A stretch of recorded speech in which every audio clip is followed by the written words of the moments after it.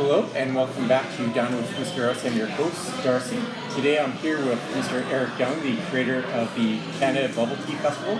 It's one of Vancouver's premier bubble tea festivals here, where they look after fun events here in downtown, and they have great Taiwanese food and great contests and a bunch of fun, interactive things for people to do.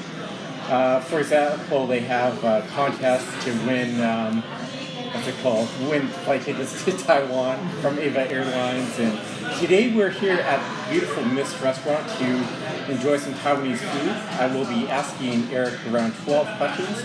I'm switching up, and then we're going to ask him another 12 as we enjoy the great Taiwanese street food here in Vancouver. So I'm just going to be switching over the camera here to talk to Eric.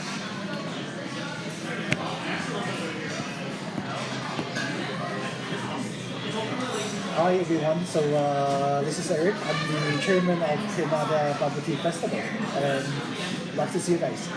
Awesome. So it's great to have you here, Eric. So can you start by telling us a bit about yourself and what inspired you to create the Canada Bubble Tea Festival?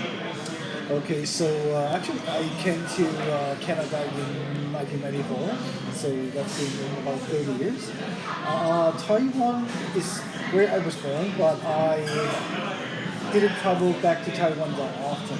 So until 2019, when I had a chance to travel to Taiwan with my friend, and that was actually the first time I saw the beautiful things about Taiwan that much. So that makes me make my final decisions about when I'm coming back to Vancouver. I'm going to, do bubble tea festivals and let people know what bubble tea really looks like and what Taiwan looks like along with the bubble tea. That's awesome. Can you do it also in Mandarin as well? In Mandarin? Yes. OK， 所以我是 Eric， 那我在1994年的时候就来到加拿大温哥华。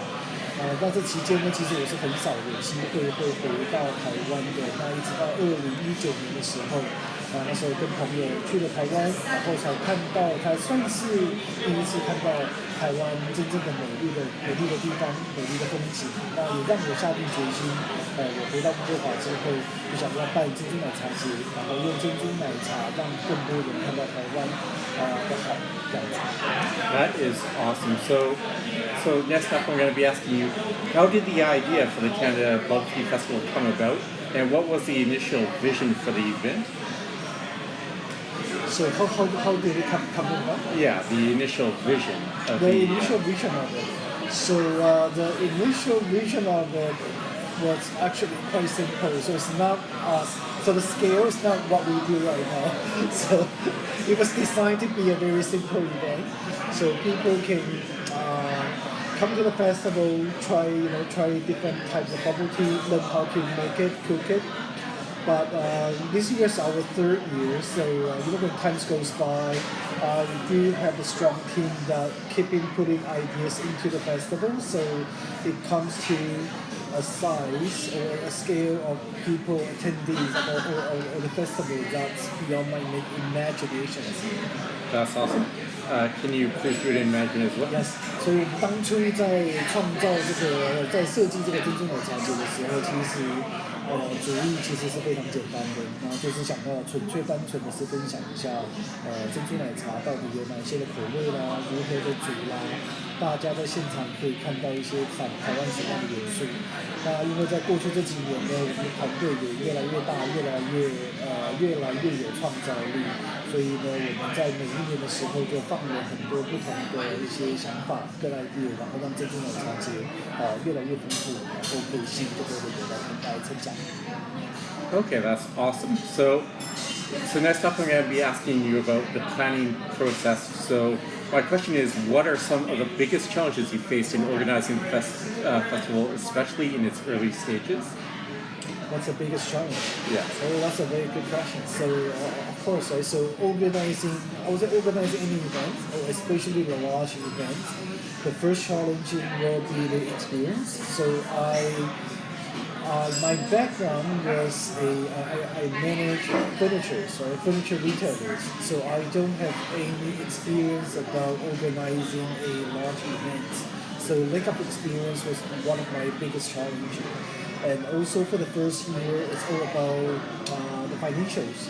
How do we find enough funding to support the programs that we have? And lots of things. Actually, when I think about the first year that we do, almost everything is over the budget. I'm serious. So that put me into a really bad situation. But however, I was lucky enough to solve the problem. But I think we can.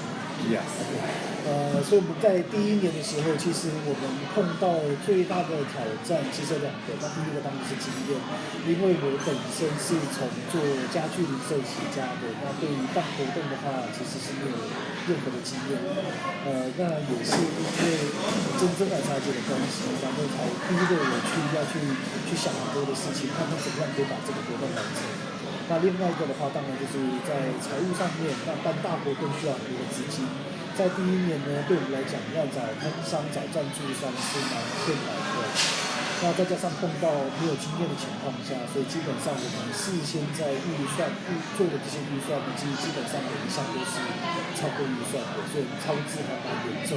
那只是非常幸运的，到最后还是可以很顺利的可以过关，然后可以完成这个目标。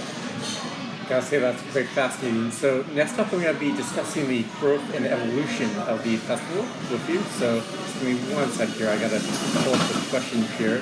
So it's how has the festival evolved since it's first started, and what changes or improvements have you made over the years?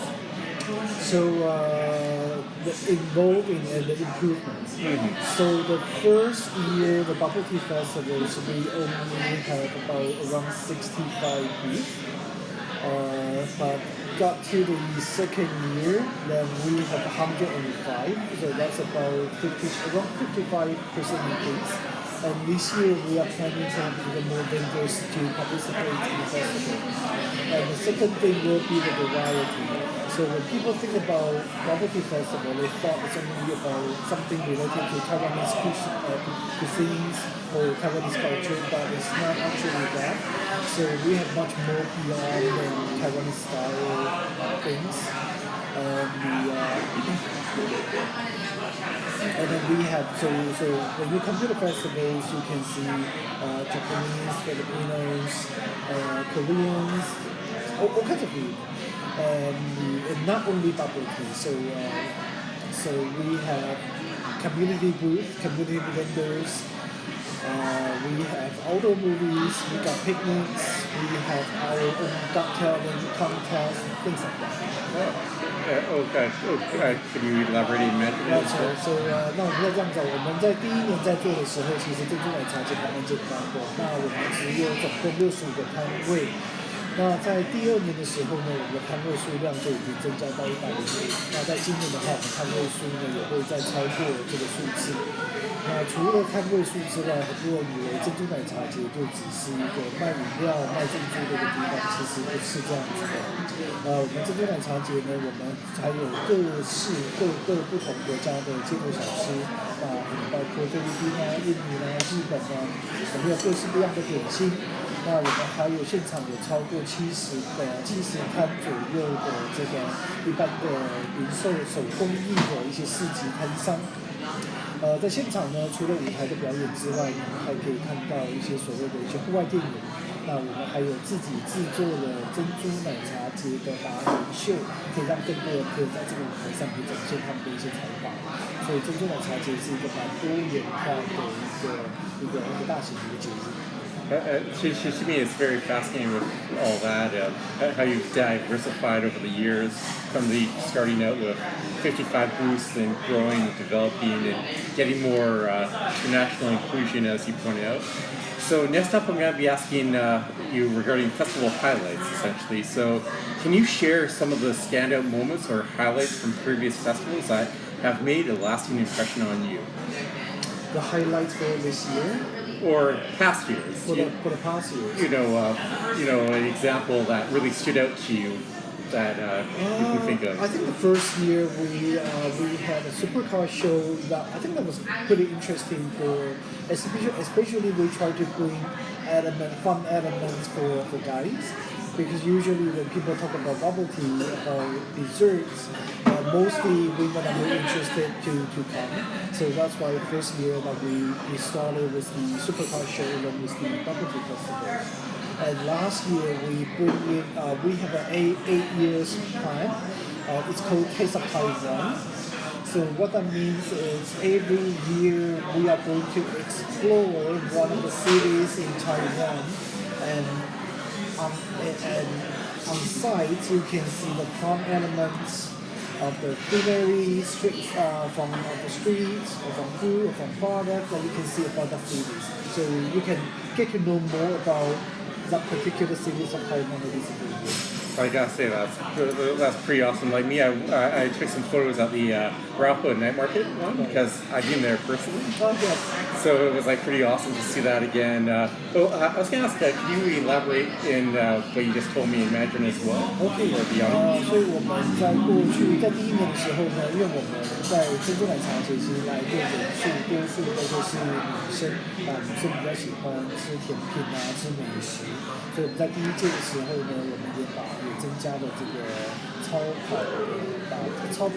级跑车的元素放在珍珠奶茶节上，所以让更多的男生在现场除了喝珍珠奶茶之外，也可以欣赏一下一些跑车展。那在去年的时候呢，我们就有了一个连续8年的一个计划，就是这个叫做来自台湾的味道。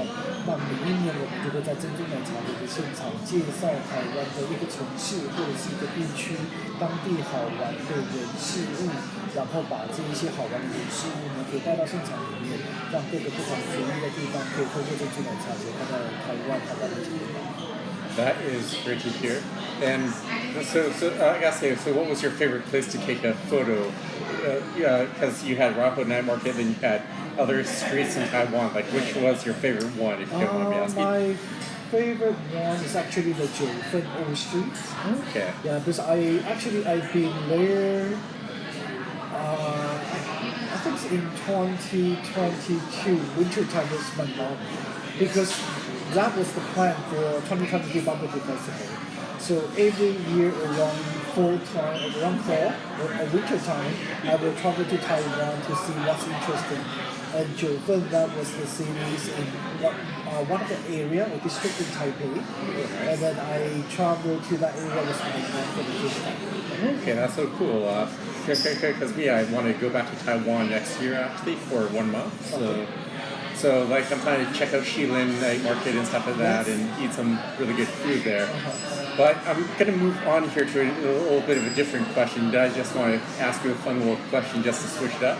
So next up, I'm going to be asking you, how do you see the festival contributing to the local community and promoting culture and bubble tea?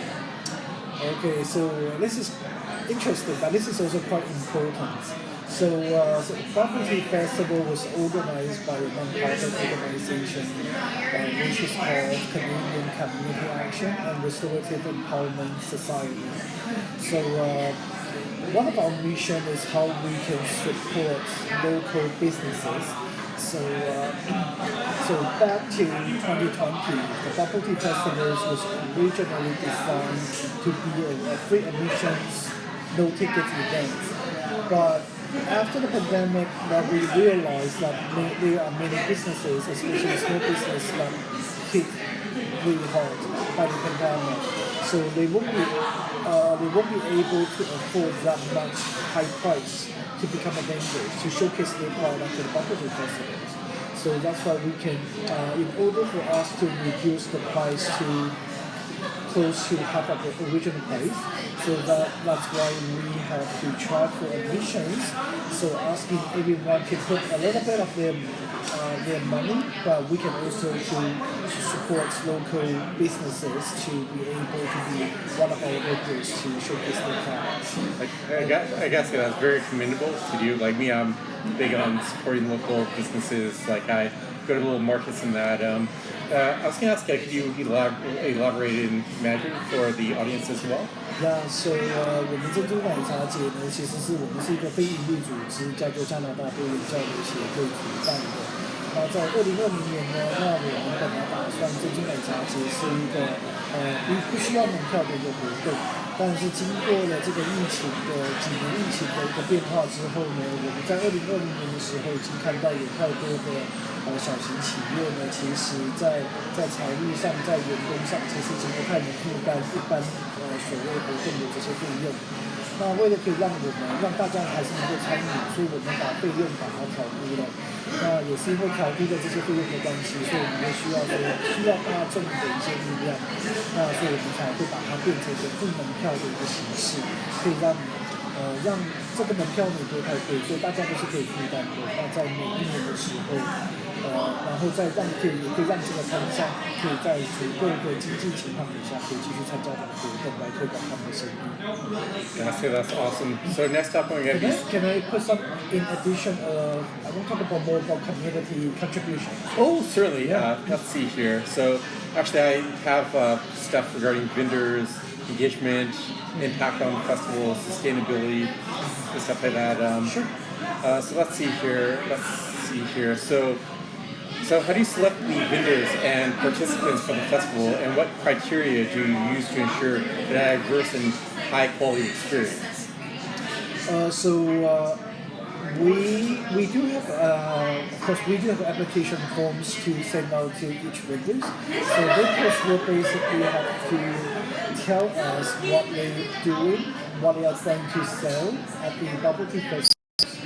And then one of our requirements is that we want to ensure that the vendors can have more interactions with the attendees.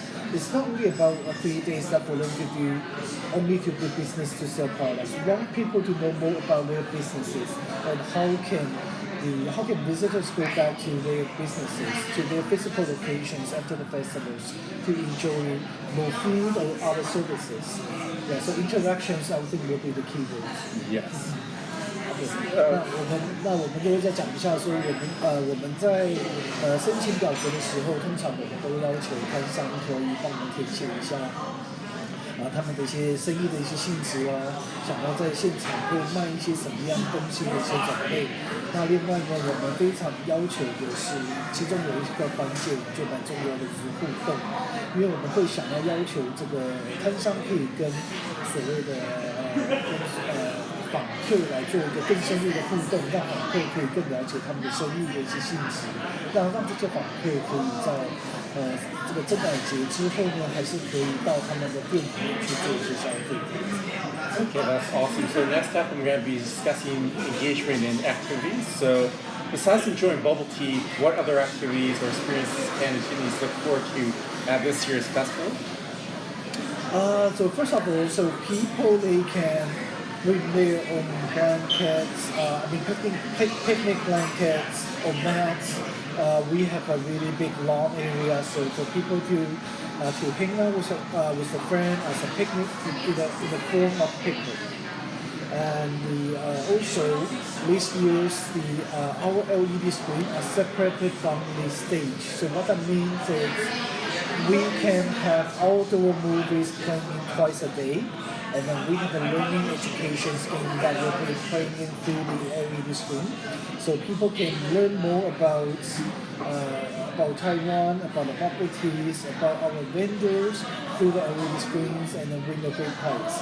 So and besides that, we have more than 30 programs on the main stage, and which also including one of my favorites is called Bubble Tea Fest Got Talent. So that will be a show that you can see people will be on stage to show their talents to win the great prizes.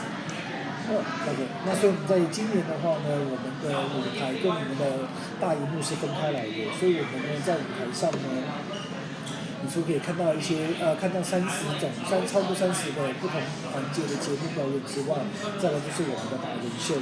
那在荧幕的话呢，我们因为荧幕跟舞台今年是分开来的，所以在主荧幕上，你们可以每一天呢，我们都会播出2场的电影，然后也会透过这个荧幕呢，会有一些教育的游戏，可以让大家学习到可以学习到台湾呢，或者是珍珠奶茶，或者是我们一些现场看上的一些生意的一些性质这样子。I'd say that's awesome to hear.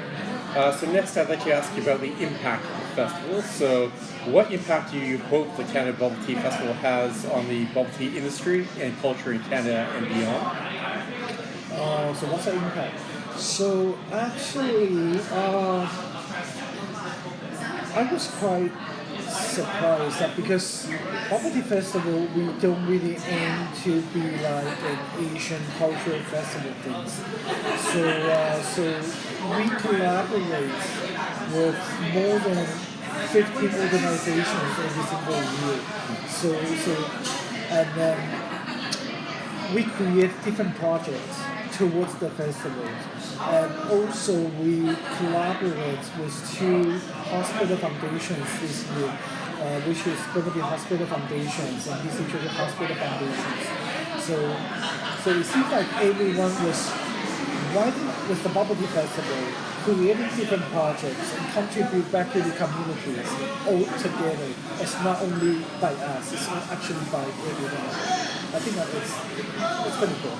Okay, that's pretty awesome. Could I have you elaborate? 那所以我们在珍珠奶茶节的时候，我觉得我们对社区的影响，不只是说我们节日本身可以做到一些什么，而是我们每一年可以跟超过15个不同的组织来合作，来创造一些新的东西，一个新的一些项目在珍珠奶茶节上面。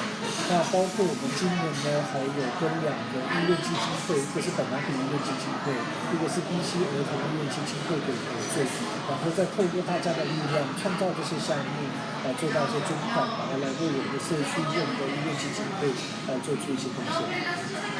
Okay, that's awesome. So next, I'm going to be discussing future plans with you regarding the festival. So, are there any sustainability initiatives or goals you have in place for the festival, and what are your future plans for its growth?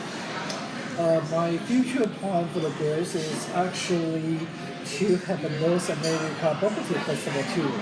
So we can start with Vancouver, and then we can go to Edmonton, Toronto, and maybe New York, LA, and all the way back to Seattle again, and then come back to Vancouver. So that will be my short-term goal, and hopefully I can achieve that, and I can achieve that by finding proper partners in every different cities. 那我们在珍珠奶茶节呢，其实在短期目标内呢是希望可以做到一个北美的巡回展。那可以从比如说像从温哥华出发，然后之后呢可以到阿明顿、到多伦多、到纽约，甚至是到之后再从西雅图，然后最后再回到温哥华，然后让更多不同的城市的人可以看到珍珠奶茶节。Okay, that's awesome to hear. Speaking of the Bubble Tea Festival, I did see that in Taiwan there's the Rakuten monkeys. So in New York they actually do have a Bubble Tea Festival. So I saw that the cheerleaders from Rakuten actually flew to New York to enjoy the festival and do a bunch of stuff. They cheerleaded for the New York Mets. So, and also Calgary has a Bubble Tea Festival as well, I found out recently. So I gotta say it's quite fascinating how all these bubble tea festivals are like popping up, and it's good to see, right? So it's good growth for the industry and that. So regarding the event, I was gonna ask, do you have any advice for aspiring event organizers? Like, what advice would you give to someone looking to start their own food or cultural festival? What's my advice for them? I will say, how about in general, to create the event, I think creativity will be a key element for events. So how to make events that's more interesting, more meaningful, or to have more people who can participate, I think that would be quite important. So that would be my personal opinions.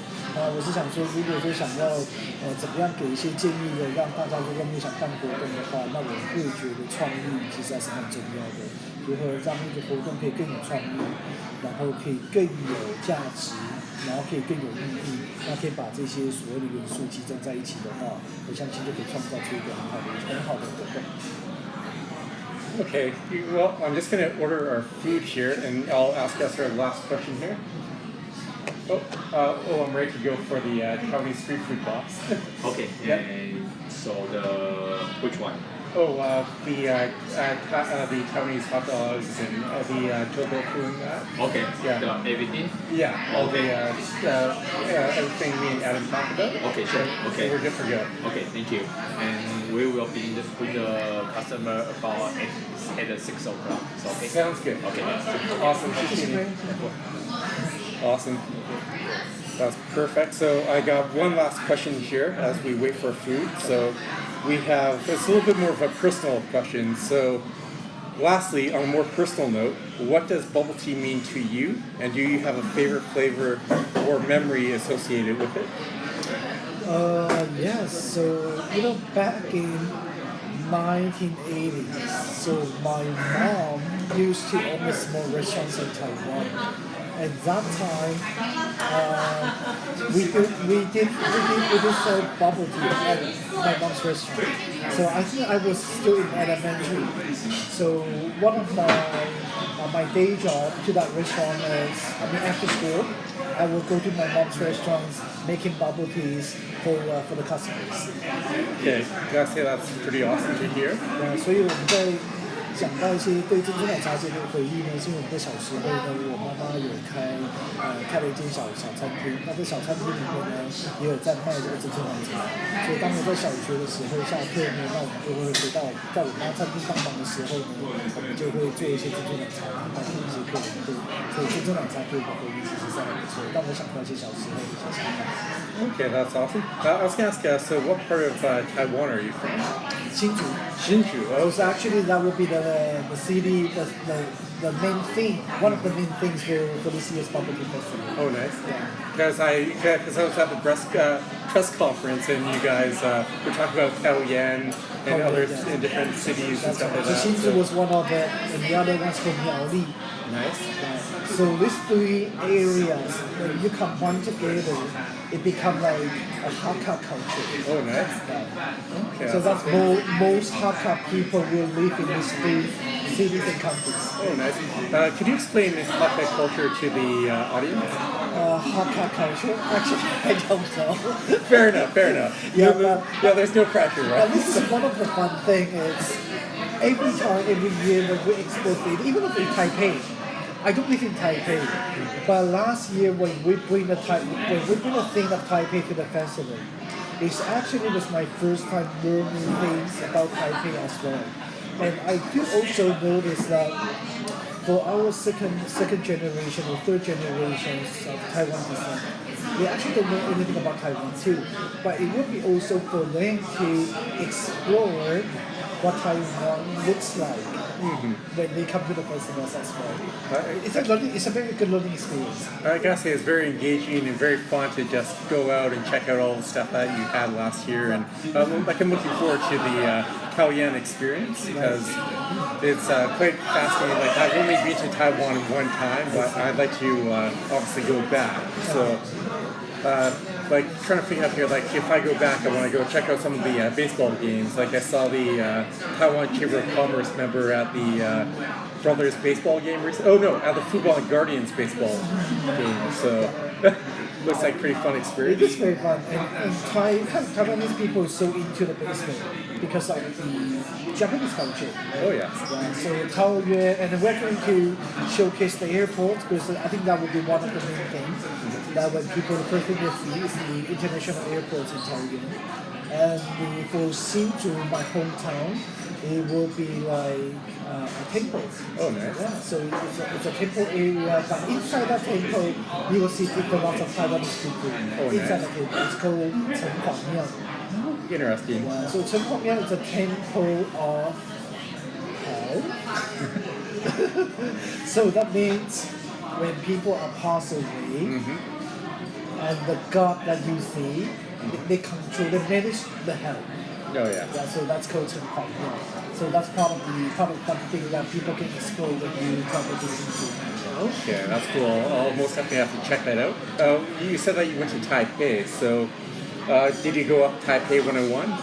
I did actually. Nice. I've been Taipei 101 for not many times, but three times. 2-3 times? Yeah, about Nice. 2-3 times.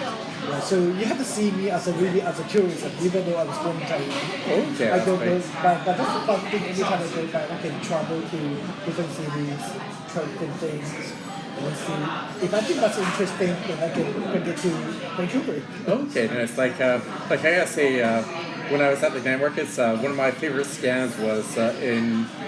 Well, they had manga, which is known for Taiwan Jiaji, but down towards the temple, there was this little cool bao stand. It was so good, and they have this red oven, and they stick the bao on, and oh my gosh, it was so hao chu. So, There's so many different styles of making food. oh yes, like, is there any special food you recommend for people to try when they go to Taiwan, other than chou tofu? Because I know chou tofu is a little bit. I think for summer, try fruits. Fruits in Taiwan is amazing. Oh yeah. I think that would be one of the best countries to try tropical fruits. Oh yeah. Because I know Taiwan's one of the largest producers of pineapples. Yes. Yes. Grapes. So in Miaoli, there's a grapes in Miaoli that was very famous too. It's called Hu means grape. And Chu form is like, I think it's big, but very juicy. Okay. I'll most definitely have to try that out next time I'm there. Trying to figure out here some more questions I'd like to ask you regarding the festival, because there's so much things that, because we have only been to Taiwan once, and you've been there numerous times and grew up there. Trying to think up here, do you have any favorite memories or favorite locations or night markets you recommend the viewers go to? For night markets, actually, there are so many night markets in Taiwan, especially Taipei.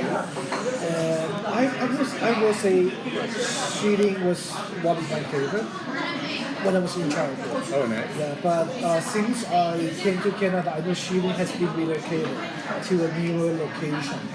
Yeah, but it's definitely a to go. And then the Zhaohe Street night market was pretty cool too. So even though we have lots of night market, but every night market do have their own styles and they attract. Okay, that's quite interesting. I was going to ask you, what's your favorite baseball team in Taiwan?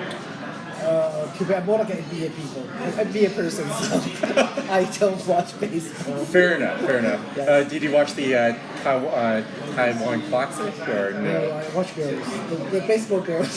Fair enough. I'm pretty sure we all did. Because currently up here, I watched the World Baseball Classic, and I saw an interesting thing where the cheerleaders got in trouble for saying "Go Team Taiwan" during the World Baseball Classic. The reason I don't play baseball is I think it's very dangerous sport. Yes. You know how fast they can throw the ball at you? So if you miss it, the ball or the bat could hit you, right? Yeah. So to me, I think because I'm a slow response person, so that's why I think baseball is really dangerous. Oh yes.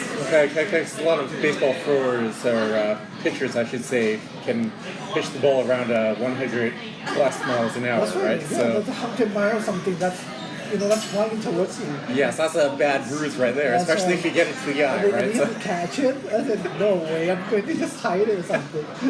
Yeah. Yes. Trying to think up here, is there any other sports besides baseball in Taiwan? Dodgeball. Dodgeball? Dodgeball. I love dodgeball. That's my favorite sport when I in the elementary school. Nice. And the PE teachers always, most of the time, play dodgeball. So that's definitely my favorite sport. Nice. Yes. Have you considered starting your own dodgeball league here in Vancouver? You can be the Boba Bosses, or maybe I can bring something like that to next year's bubble tea festival. Yeah, because there is actually dodgeball league here in Vancouver. Oh, there is it? Yeah. Okay, cool. Like my cousin actually used to play here, but he moved to the Calgary League. So yeah, I gotta say, like me, I love dodgeball as well. But gotta say, it's been years since I last played. Okay. So have you played hockey before here in Vancouver? No, sorry, I'm not hockey fan, so I don't even know anything. It's fine. That's completely fine. Hockey's violence. It's all good. It's all good. but I know how Vancouver people, how Vancouver love hockey, so. Oh yeah. It's a Canada game. Oh yeah. Trying to think up here. So, what is your favorite local restaurant here in Vancouver? Like, I see photos of you at Memory Corner and different places. You mean Taiwanese food? Taiwanese food. Yeah, for Taiwanese food. I love the one called CHJ in Richmond, located at Stevenson. Oh, nice. Stevenson Fisher area. Have you checked it out? Have you tried that before? No, not yet. I've been quite busy working on different projects. Okay, but... so CHJ is actually pronounced as 周贺家. Zhou Hejiang was in Mandarin, but they want to do something funny. So 周贺家, if you hear the words in Taiwanese, that means it's delicious. Oh, nice. Yeah, so it's called CHJ. CHJ. Yeah, check it out. It's by Stevenson Mart in Richmond. Okay, that's pretty cool. Like me, I usually go to Richmond and how do I put it here? I usually stop by Aberdeen Center and pick up books from, Taiwanese books and different stuff while there. Because me, I listen to lots of Taiwanese music and stuff like that. Actually, speaking of Taiwanese music, do you listen to any Mando or any? No, fair enough. I can appreciate that. Do you do karaoke at all? Or? Not often. I used to when I was in high school. Awesome. So we have some jaji here and some Taiwanese fried squid as well here.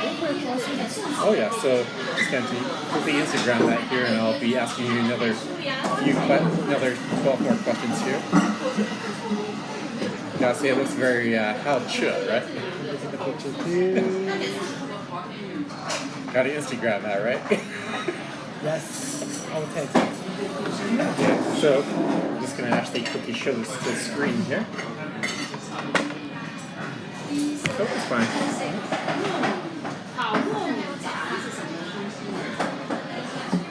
Here. So we got some beautiful jaji. So, do you have a favorite jaji place in Taiwan? No, but I think the zhaji or deep fried chicken, everywhere is good. Everywhere is good? Everywhere is good. That's good to know. So let's see here. My next question for you is, hold on here, I just gotta reload up the questions here. Okay, so moving on. Personal favorites. What is your personal favorite Taiwanese dish? Deep fried. Yeah. Yeah, deep fried chicken, deep fried squid. I like deep fried food. Nice. Could you say in 我最喜欢吃的台湾东西其实就是炸物不管是炸鸡也好，炸鱿鱼也好，那只要是炸鸡屁股，那其实我都非常喜欢吃。Nice. So, how does Taiwanese cuisine connect with the bubble tea culture, and why do you think they complement each other so well? Oh yeah, no worries. So, how does Taiwanese cuisine connect with bubble tea culture, and why do you think they complement each other so well? Okay, so because I think the Taiwanese food was more like the types that we usually try it's more like a night market food. It's more like a finger food. So I think the finger food would be the best to go with a bubble tea instead of a formal plate of dinner. Yeah, so of course, right? So when you try different items, you want something to drink. And then bubble tea will match with almost everything. Okay, gotcha. That's awesome. So this is going to be a very simple question. Have you been here to Myst before in the past? This, of course, I mean, Myst was one of my favorite restaurants. And even though for our community meetings, we order Myst candlebox. Nice. Gotta say, they're very delicious, very delicious. Very delicious. So the next question is, how do you see the Taiwanese cuisine influencing Canadian food culture, particularly in context of the bubble tea festival? Taiwanese food and Canadian culture. Yes. I think that's one thing that we love about Canadian culture is that how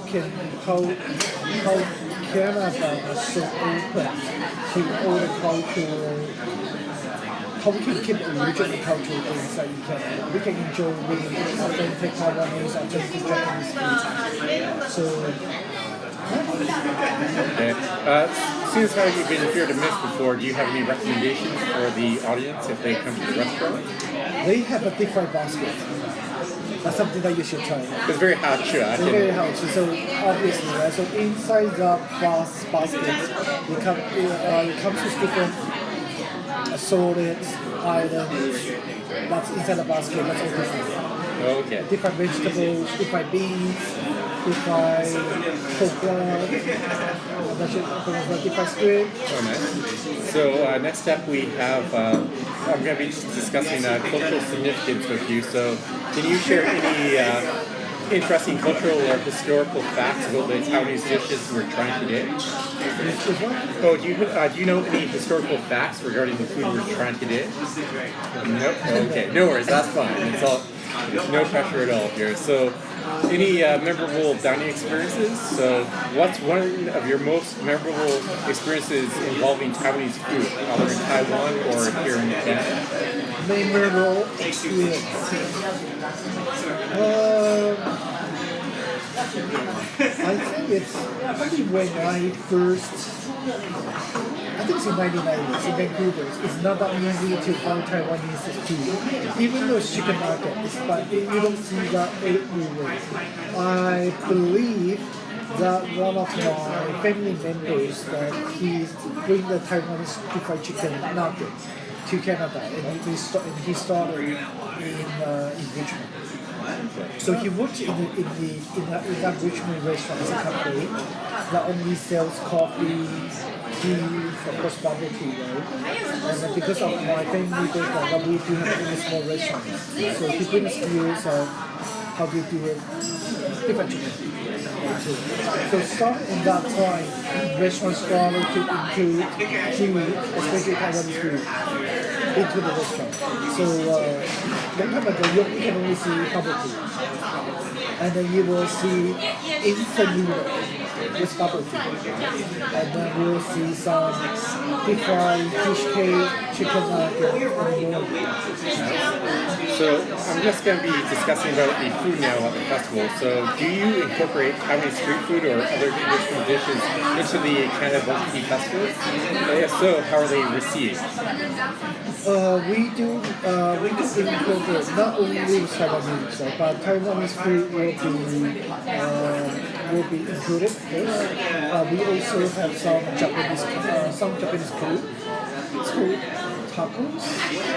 The nori tacos, right? Yeah, or katsu sandwich, different katsu sandwich. This year we work with multiple vendors without desserts. So we can buy different desserts along with the nice ice cream. Nice. So I'll say that's pretty awesome. Like I only have four more questions for you.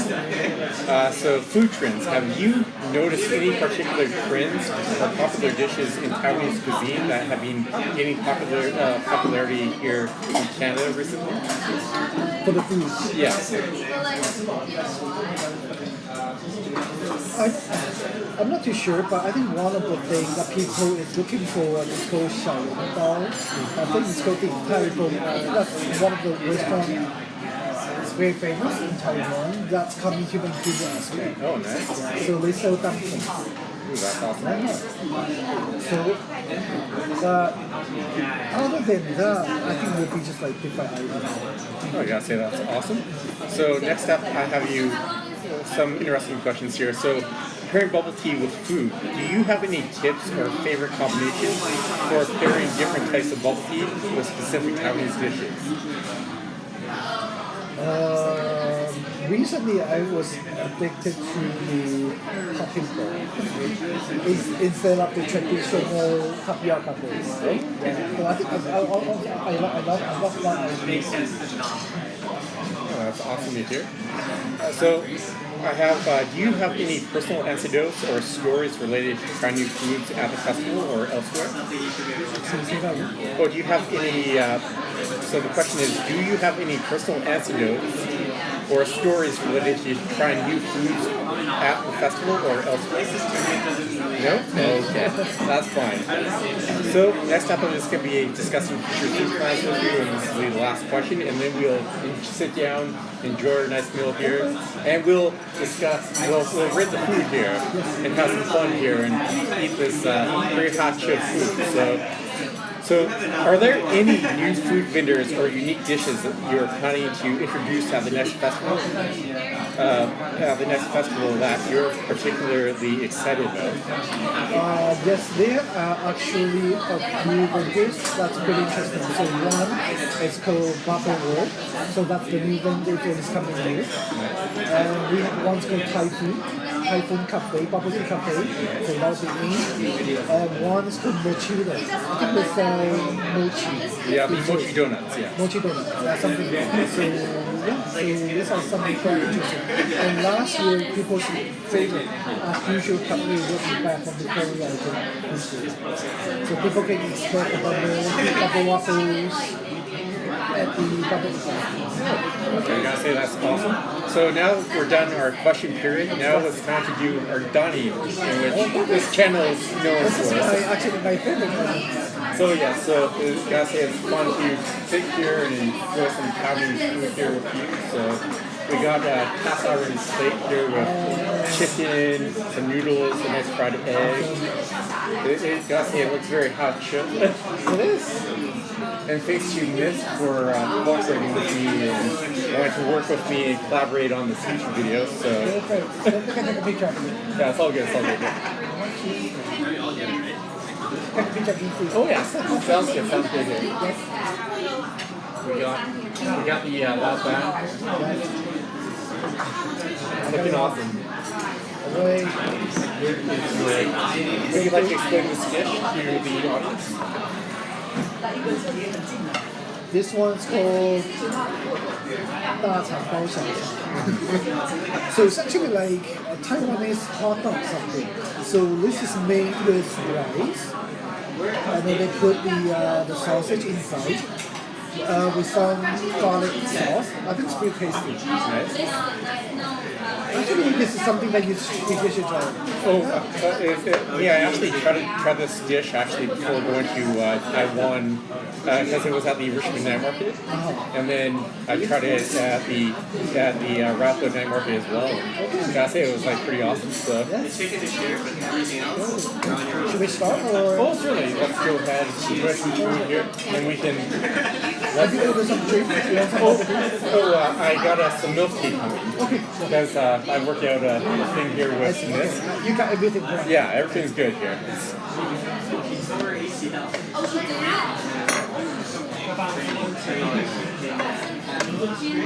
Actually, at last year's Bubble Tea Festival, they featured this dish, Myst had it. Yeah. And Myst is still with us this year too.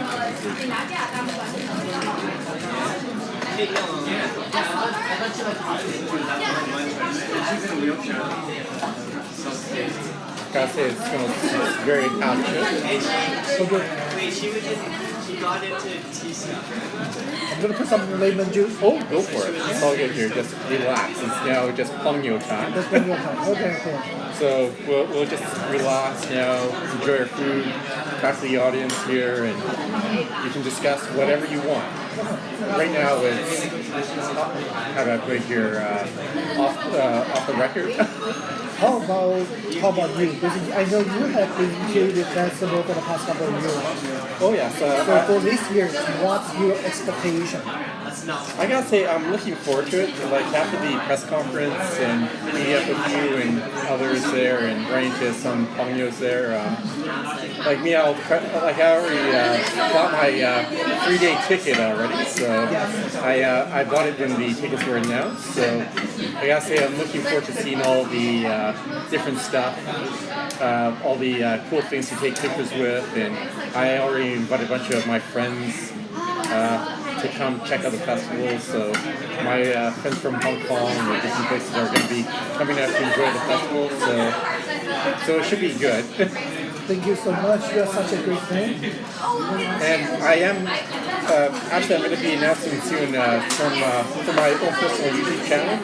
I'm going to be announcing the first 2 tickets to new subscribers to my YouTube channel and Instagram page, just so I can drive up traffic and all that. So, and then at the end of June, another set of tickets are going to be given out, and then the grand prize will be 2 tickets and 2 bubble tea glasses from Chattown. Oh,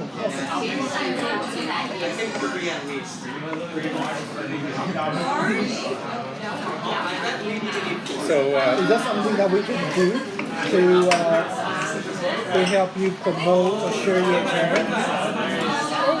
certainly I'd be down for that. Like we can. Maybe I can share. I believe our attendees or visitors are food lovers, right? So I think they would be more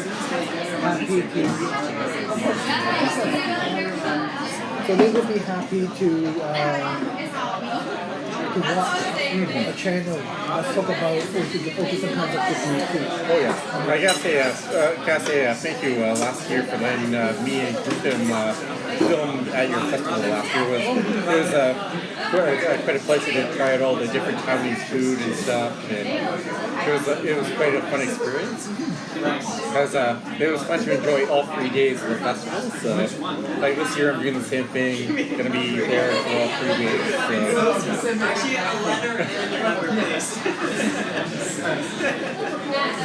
So do you have any recommendation for in terms of time frame to get there? Do you want I know with Translate is quite nice that the event's right by the sky train, so do you recommend people sky training down rather than driving down? I would definitely recommend taking public transportation to make it easier. Oh yeah. Like me, I recently moved down to Chinatown, so I live right by the sky train, so it's quite nice. So it's like 5-minute walk. It will be easier to. Oh yeah. Because driving in downtown is okay. So tell me, how would you rate the dish that you just ate out of 5? Out of 5? Yeah, out of 5. 4? 4? Yeah. I gotta agree with you on that score. It's just very delicious. It's because they have the Taiwanese mustard on it, and then that nice bit of basil and stuff, and nice sweet sauce. Just nicely balances out, right? So, and then if you look here, guys, the bun is made from rice or fat, so it's really good. Rice bun. Mm-hmm.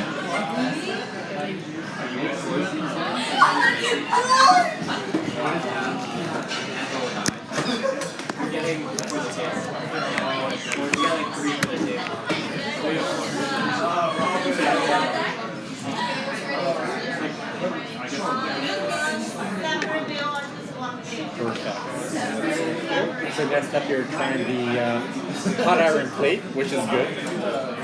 We got a nice steak here with some nice chicken, fried egg and noodles. Even when you travel to Taiwan night market, you can find this in the night market as well. Oh yeah. It's Japanese inspired, right? Definitely. And then we have the delicious Taiwanese fried fish here for you guys. Like usually when I come with my American friend here, we usually get this because it's so good. But he really loves the jaji. That's So. the pasta. Oh yeah. I feel my calorie tank going now. Yes, but it's a weekend. Oh yes, it's weekend time. Just gotta grab some Thai. Yeah, Taiwan picho much? You like Taiwan picho or not so much, right? I personally don't drink, but Taiwan pigeon is good. So, like, I found it interesting. Taiwan picho owns a basketball team. I think so. Yes. They're called the Taiwan Brave Bears. I think so, yes. Yeah. You actually, I have to say, you do more than I do. It's all good. It's all good.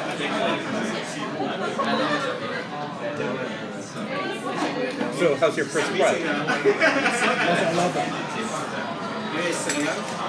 Was it juicy and moist? Yes. That's good. I like the steak on the hot plate. Nice.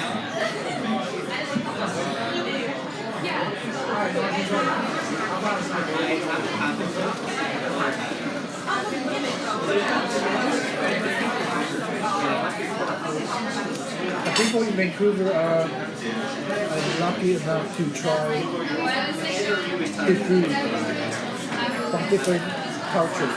Oh yeah. Like I usually, when my mom and dad visit from Pune, I usually try to take them out to different restaurants. Like, for example, I brought my mom and dad to a really good Korean restaurant nearby BSAT. Of course, BSAT is sponsoring the festival, right? So, if you're nearby BSAT, I recommend going to Soda. They do this awesome box full of daiji gogi and different Korean food in this hot plate. And it's so good. And it makes a really good chow fan after too. So.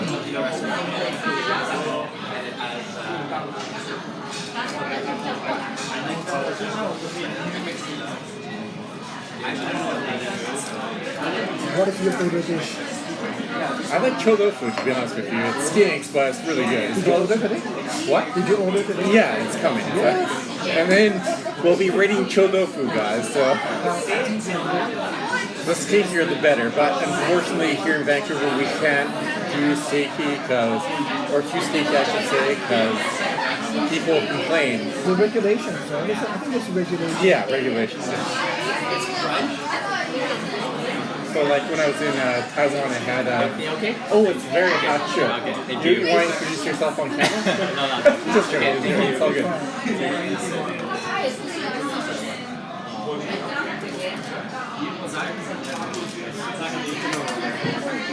When you mentioned about stinky tofu, thank you. Awesome. Thank you. I went to Toronto last year to go to an event. Very nice. And one of the vendors sells stinky tofu. That really stinks. I mean, literally, so it's opening ceremony, and all of a sudden, people think that something like so stinky. But and then after that, we realized it's actually stinky tofu. Oh, nice. Like I know China has its own version of cho tofu. It's darker black, and the Taiwanese one. Actually, when I was in Taiwan, I had 3 different versions of it. I had a stewed version, and they had cho tofu fries, and then after that, I had the traditional cho tofu. They were so good. Like it smells bad from the distance. See, you can notice it from the distance. It's like, yeah, cho tofu's here. So when you go to Taiwan now, which city is it in? I mainly stayed in Taipei, and I gotta say everyone there was like incredibly helpful to help me get to my hotel. Okay. Because it was the same when I went to Korea as well, because it's like this brand new place to me, and so it's a fun, exciting experience to go somewhere. And what makes you want to go to Taiwan? Is it because of job locations or? holiday? To be honest with you, I like just traveling, exploring, learning new cultures. Like me, I studied Mandarin for a year at BCIT, so I just like to go there and practice when I can. And it was a fun experience. And then I got introduced to Taiwan actually for the Taiwan Fest in downtown. And then I got more interested in it, and I decided to go check out Taiwan because to me, I felt that I should go check it out. So here's a personal question. I know you travel different events. Compared to Taiwan Fest and Bubble Tea Fest, what do you think? What's the main difference? for the bubble tea festival, I'd say it has a nice mixture of bubble tea and also has it has a more modern feel as opposed to Taiwan Fest, where Taiwan Fest has partnerships with different cultures. For example, one year when I started going, they had Japan, the Philippines, and different stuff. And like this year, they have Spain, I believe, as their partner country. I'd say both are very informative and interesting in terms of overall culture and stuff like that. So, like me, I'm actually hoping to sit down and interview the organizer of the event as well. Like I'm planning to go to the Dumpling Festival and see if I can interview the organizer as well. So I'll probably bring him to Dynasty. I need some shell on that.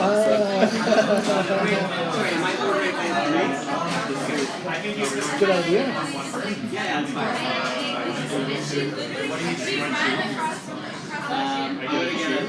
But I gotta say, I like both festivals. With Taiwan Fest, it's fun. Like they have a bunch of different dancings and different things and orchestrated music, so it's fun to explore. We are more art and culture. We are more like food, drinks, and entertainment. Yeah.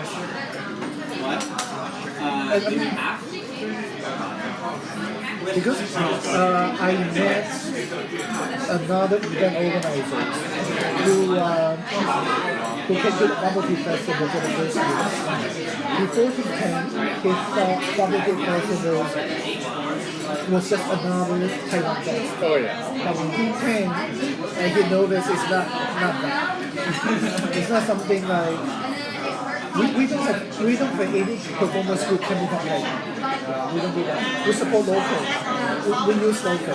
Everything's all local. Nice. Even for bubble tea, we got bubble tea vendors, Chinese bubble tea vendors. Oh, nice. We got Filipino bubble tea vendors.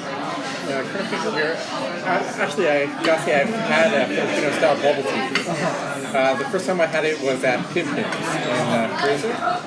And I thought I was going to have diabetes after drinking it. It was so sweet. And I'm like, holy crap, I'm going to need an EpiPen after drinking it. But it is what it is. And then I know Korea has their own bubble tea as well, apparently. So I was going to ask, regarding, do you have a favorite bubble tea vendor? At the festival? Yeah, or both inside and outside of the festival.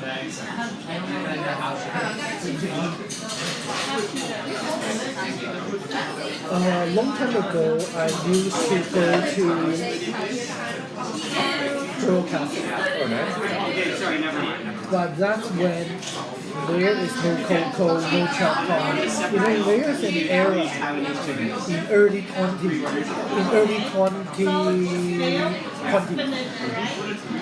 that the bubble tea brand hasn't really come in yet. Okay. So I went to Pearl Cafe.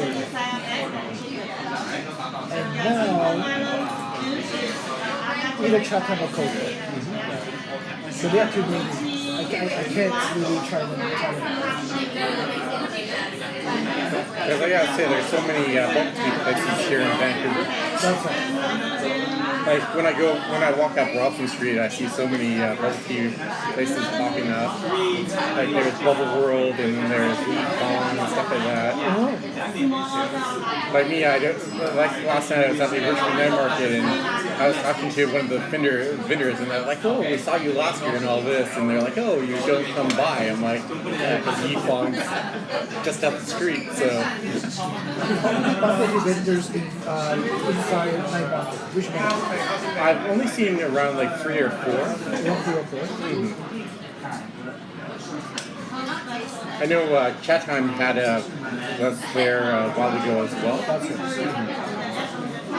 But the funny thing is, we got complaints about this for the past couple of years too. People are complaining that we don't have that many bubble tea. So usually we will have around 8 vendors. But when we talk about 8 vendors, not all the vendors already want to come. The vendors usually will ask, for example, you got one that sells sushi and taco, right? One sells American potato.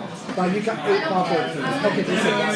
How can you But for visitors, they won't ask anything else possible. But even though they can only drink one. Oh yeah. Right? So that's a problem, especially when we recruited vendors as well. The first thing they ask, how many bubble teas? I said 8. They said okay, let's do 8.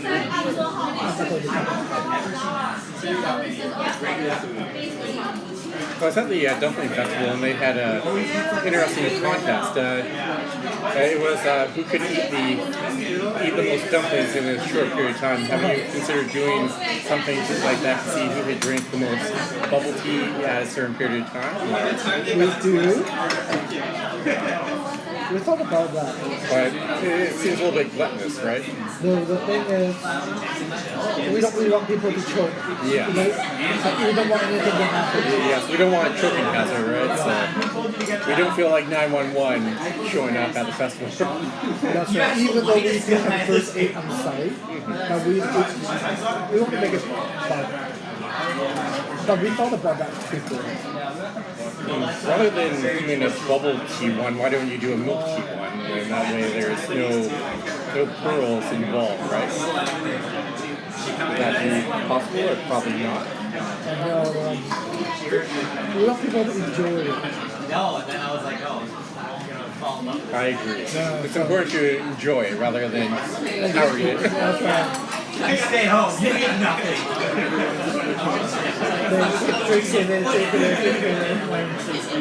By the end, you only get a prize. Oh yeah. And then you will hate it so much. Yeah, so about the only prize out there taking home is the stomach ache. So. Or sugar, right, when they do so.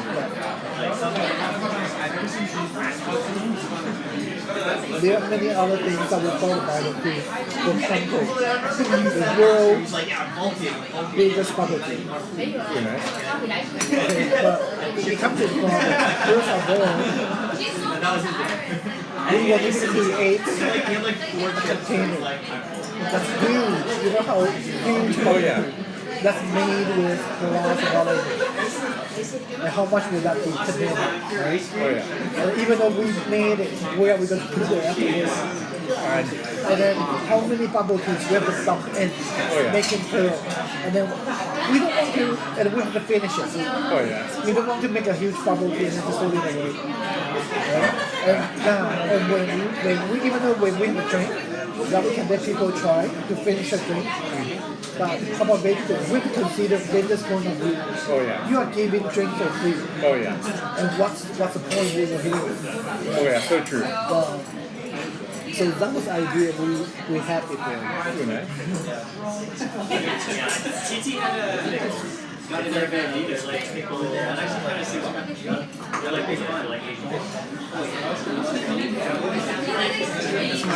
far, the fried basket, which was your favorite item so far? Because we got sausage, fish cakes, jaji, and then some nice asparagus. I love fish cake and the beans. This is good. It's a deep fried beans. Oh yeah. Yeah, Titi was saying that. Evan was It's for people who are meat lovers, who don't eat veggies a lot, and think you are healthy, you know? Yes. Even though you have salad. Yeah. Because it's deep fried. Eat a steak, saving carb. And then you try to milk it now. Okay?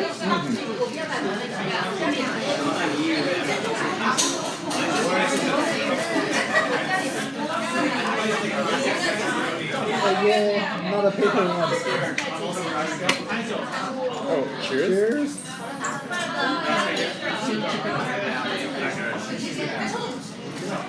Very simple, but very delicious. So it's a very nice milk. Usually when I go to a restaurant to try the first bubble tea, I will order original Interesting. to see the teas.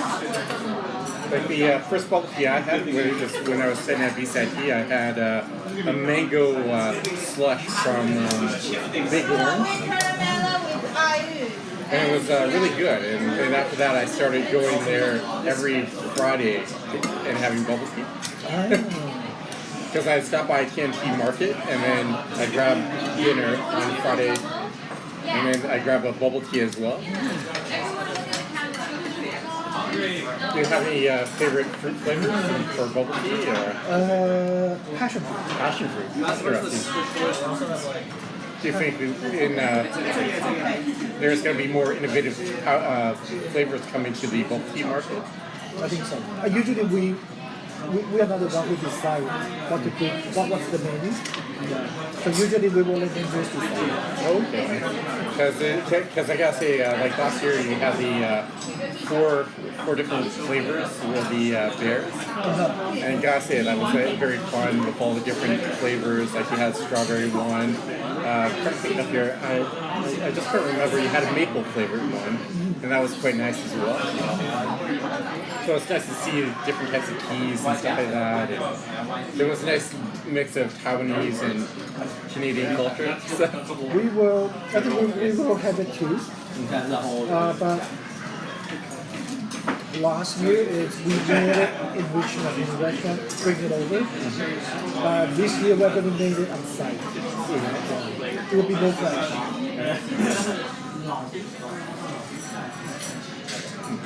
Yeah, I gotta say that's quite fascinating.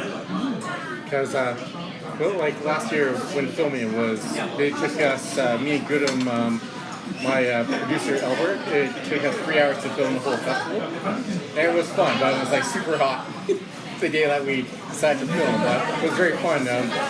You said on Friday, social media people such as myself and others can show up and enjoy the festival, right? And run around and do a random TikTok or whatever. Yeah. So.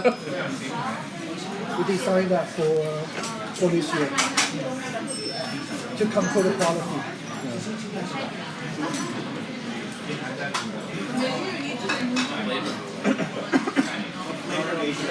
I gotta say it's quite awesome that the Bubble Tea Festival has been featured in Epoch Times a couple times and different things. So, how many interviews have you done so far for the festival? Or generally, how many interviews do you do? For this type of interview? Yeah. Not maybe actually, but this one will be the first one. I usually will go for TV, radio, magazine. Are you going to go on BCIT's radio station to promote the festival? BCIT. Yeah, because BCIT actually has its own radio station here in Burnaby. I didn't know that. It's at, I believe it's SE10 is the building, so Southeast 10. It's where they have all their filming program as well, because one of my pongnos, who I'm doing a documentary with. She studied filming and I studied business marketing. So at SE10 they have a whole radio setup and stuff like that where you might be able to do interviews with them and promote the festival to students and stuff. So. But what about Fairchild Radio? Are you going to go on there? Not this year. Not this year? So tell me, do you like doing interviews or not really? I do. I enjoy it. That's good, that's good. Because I gotta say you're very natural on the camera, because me, not very camera shy, but you're very charismatic and down here talking to you. Yeah, you're very charismatic and you have a nice presence on camera. Thank you, my mom. So, Thank you. That's all I can say. Oh, it's all good, it's all good. Oh, can you tell the audience about this dish? This one in Taiwanese is called bao. So it's actually a meatball that there are meat inside, and they do have a very chewy skin right outside to cover to wrap with the meat. And on top, it comes with a sweet spicy sauce. It's garlic on top. So it's quite amazing. And this one's deep fried. So they usually deep fry it and then bring it up, pour the sauce. It's all good, it's all good. Okay, try it. Okay, sounds good here. I'm just going to cut it in half here. Because this is actually my first time trying the dish, so I have yet to try it. So. Your first time? Yeah, my first time. I will let you. I'm popping my cherry on this. See how it goes, because it does look very outre. So.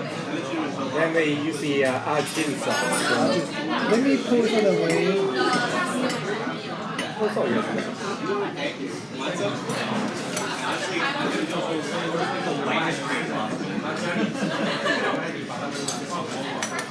By the looks of it, they use the same flour as the ajin, which is, if you're in Taiwan, it's oyster pancake. It's a very, and they use tapioca starch for it, but with a bunch of, I'm trying to think up here, they use little mini oysters inside. And it's quite delicious because the smaller oysters have a little bit more of a sweeter taste as opposed to the bigger ones that we're used to. Let's move this. I'll see how it looks. All right, I want to hear what you say. Sounds good, sounds good. Sorry, it's just a little bit trying to handle this tactfully, so it's a little bit sticky, so I'll say it does look good. Thank you, Myst. The Gasse is very hacha, and thank you, Adam, for your help in.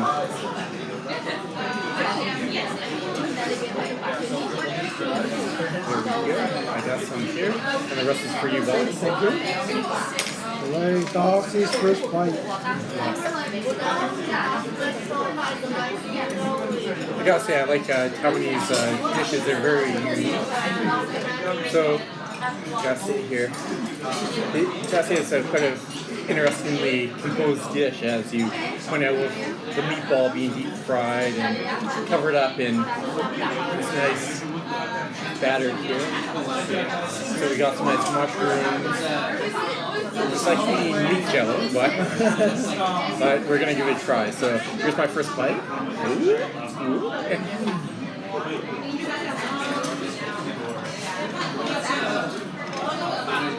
I like that. It's tangy, porky, delicious. Delicious. It's very hacha. Like, I think if I go to Memory Corner, I'm going to try Denzai Mian, because I haven't tried that yet. The noodle? Mm-hmm.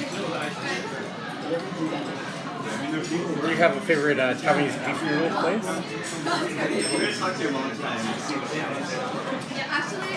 So, I know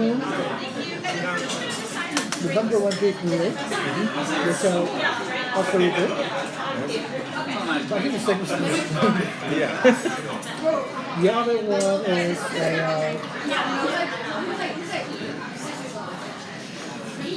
Have you been I think it's to? called Wong. W-A-N-G. Unbundled is 60.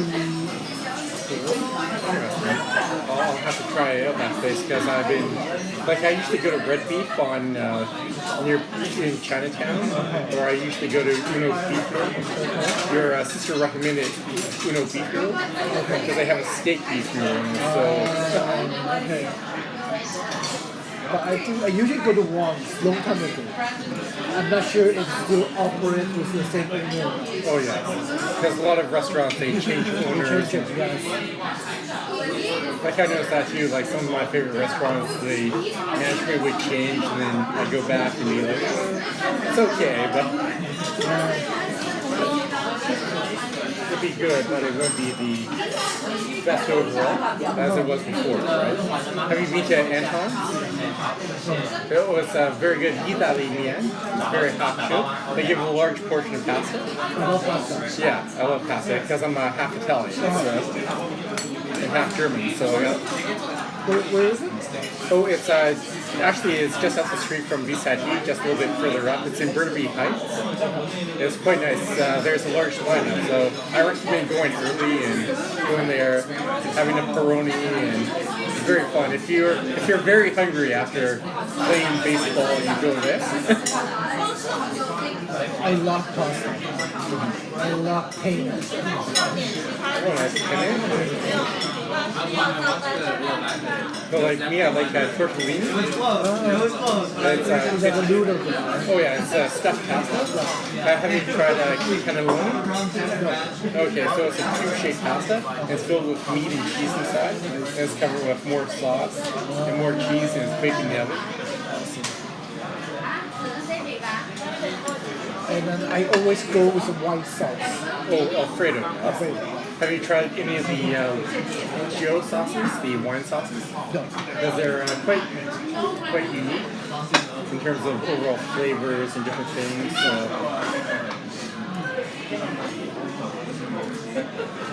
What's your tofu? Okay. Awesome. Continue. So for there are lots of events Oh yeah. in summer. How about winter? Yeah. Well, for winter, I usually go to the European market down in beside Vancouver Convention Center. European. What month is that? Oh, the what? What month is that? European festival? Yeah, there's a European festival down by Vancouver Convention Center, so I go there with my Ponyo. And they have German gaji and stuff like that. Is that an indoor event or? It's an outdoor event. Outdoor It's very cool because it's right by the road. So, I see. but it's I gotta say it's a very fun event. Usually go there and eat a bunch of good food, and they have a bunch of desserts and stuff like that. Like they have a cheesecake there. Actually, when I was in Taiwan, they had really good cheesecake. Little mini cheesecakes at Rapa Night Market. So good. They were so small, but they came in different flavors.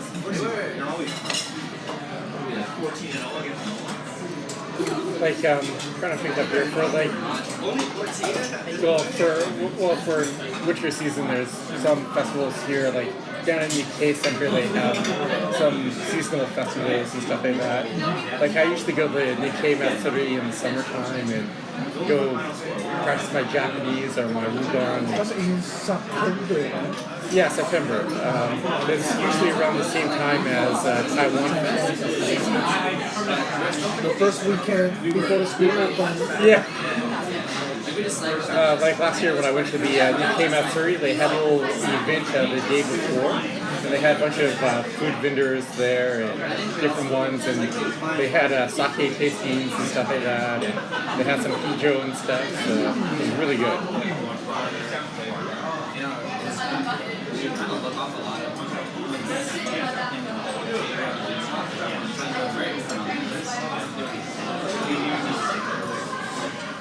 I remember there was one time I was watching where I was like, and it was like, So far out of the food you've ate, which is your favorite so far? Because I see, so far out of the dishes you've ate, Obviously, you can see yes. the plate of defective split is almost gone. Slowly going down. Slowly going down, yeah. We've just been killing it here. So How about you? I gotta say, so far I like the jaki and the fried squid as well. But this here was a very nice mixture of flavors and texturally it was quite good because it was like meaty and spicy at the same time and sweet. So.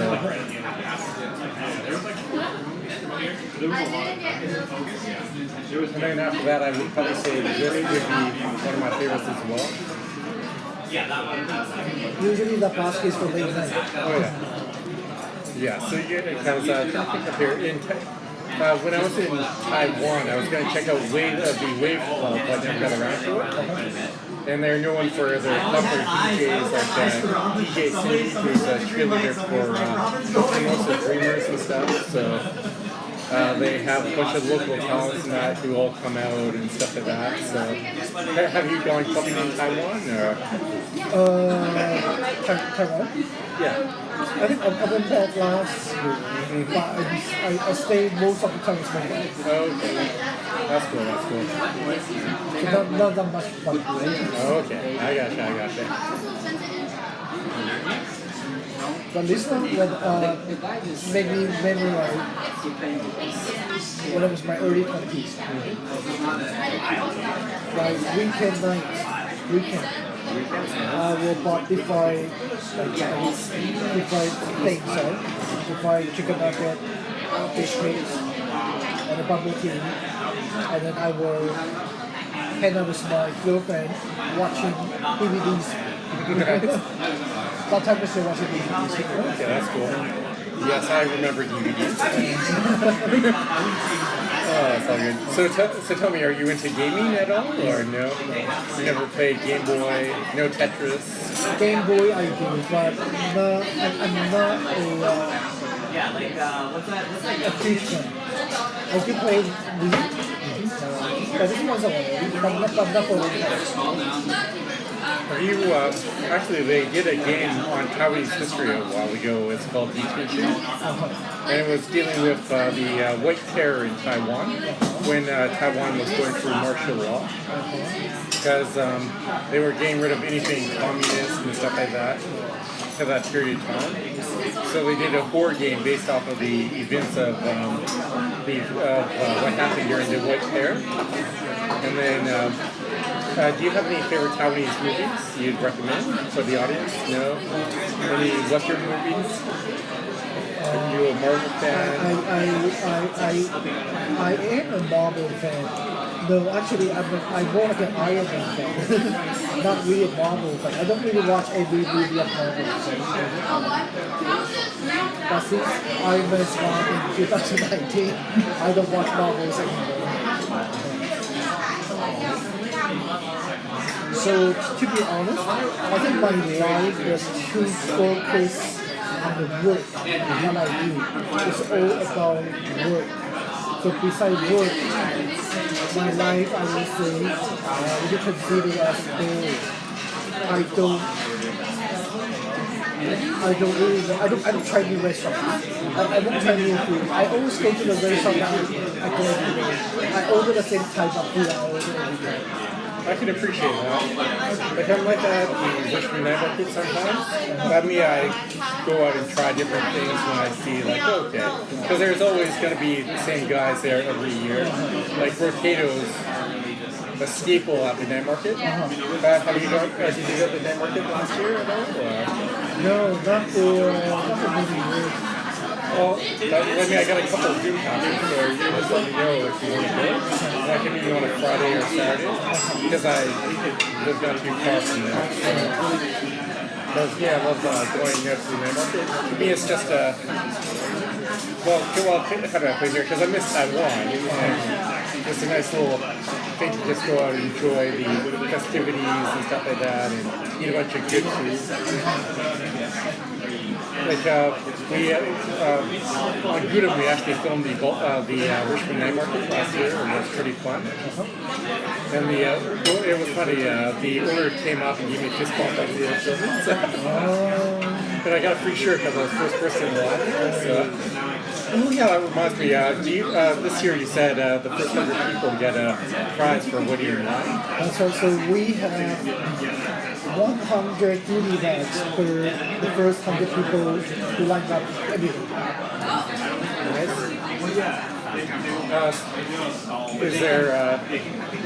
Is there anything fun inside? Yeah, there will be good things inside, of course. Well, people will just need to line up and check it out. Sounds good. I'm most definitely going to try to be first person in line. You don't need to line up. You don't need to line up. Oh, it's all good, it's all good. So, just walk in. Just walk in. So how's recruiting volunteers this year? Is it going okay or pretty? Volunteer is okay. It's still same because the event was in July, so most volunteers still have summer school. Oh yeah. So Friday, we always have shortage on volunteers. Saturday and Sunday, we don't have Sorry about that. It's a Taiwanese dry noodles. Yeah.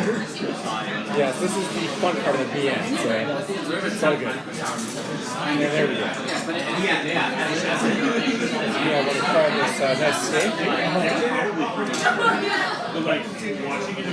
I'll say it looks very beautiful. So tell me, are you a steak guy or a chicken guy? Like, is there a certain protein that you really enjoy eating? I enjoy both steaks and chicken. Would you like tomahawk steaks? Or do you That's my have any? favorite. Tomahawk. Nice. Actually, at my old house I used to live at, I got a tomahawk steak from TNT Market, and I grilled it at home. It's so good. You know how to grill it? Oh yeah, I love doing grilling. Like for my YouTube channel, I recently cooked chow fun. Because I'm trying to get my edition of Uncle Roger, because he's big into critiquing chow fun and fried rice. So I think the video went well, but I just got to try to work at getting people's eyes on it. So I watched a few of Uncle Roger's YouTube. I actually don't know why people like it, but I know he's famous. oh yeah, it's like hiya. Yeah, I think he does that on purpose too, with the British film accent. But I would say the character is not the type that I like. As a fan. I think he's pretty cool, like maybe not in front of the camera. Oh yeah. I like the type of man that's more like Iron Man. You gotta be cool, you know? Oh yeah. Like I'm trying to think like me. I grew up watching the cooking channel and stuff like that, and now with YouTube we can watch people critique food in real time too. So like for the bubble tea festival, you guys got your own YouTube channel and stuff like that. I think so, yes. You think so? I think we will, yes. But we can upload videos. We can upload videos. Yeah, I think so, yes. No idea. Are you going to do a food tour as well? Just walk around on your YouTube channel and live stream it and be like, okay. But that's one thing. You know, it's always easy to start with something. It's hard to continuously do. Including YouTubers, right? How can you continuously produce good content? I gotta say, I do agree to that, because like right now I'm busy planning out my next YouTube videos and stuff. I'm actually going to do Chow Fun based off the one cheerleader from who used to play for the Rakuten Monkeys and moved to the Wei Chan Long. She was actually in a Japanese video game recently for the skating simulation on the game, Mizuki Land. So I'm going to combine Japanese ingredients and Taiwanese ingredients and do a mixture of do a fun chow fun dish based off of it. So, like for example, I could do Japanese curry with Taiwanese sausage or something like that. Just have fun with it, right? Because food should be fun. The foods are always fun. Oh yeah.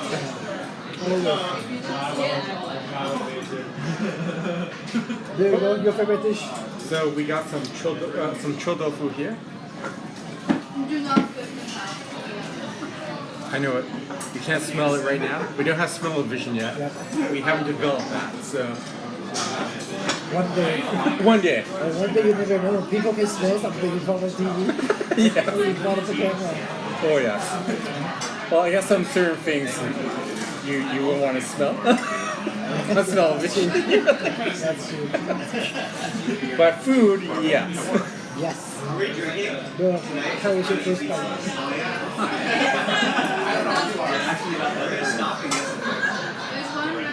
So here we go.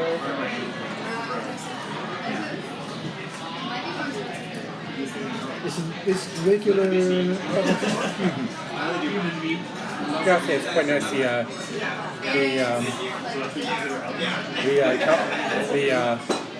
tofu, the chou tofu, yes. It's very nice and crispy, and it has a very peculiar taste to it. It does smell like dirty deckers, but not as harsh as in Taiwan when I had chou tofu. But this is one thing that people change their market. So Myst, though, I think was from #1 hit media as well. I think on the menu inside the restaurant, they say they were starting with bubble tea. Similar concept is still classic. Right? So in early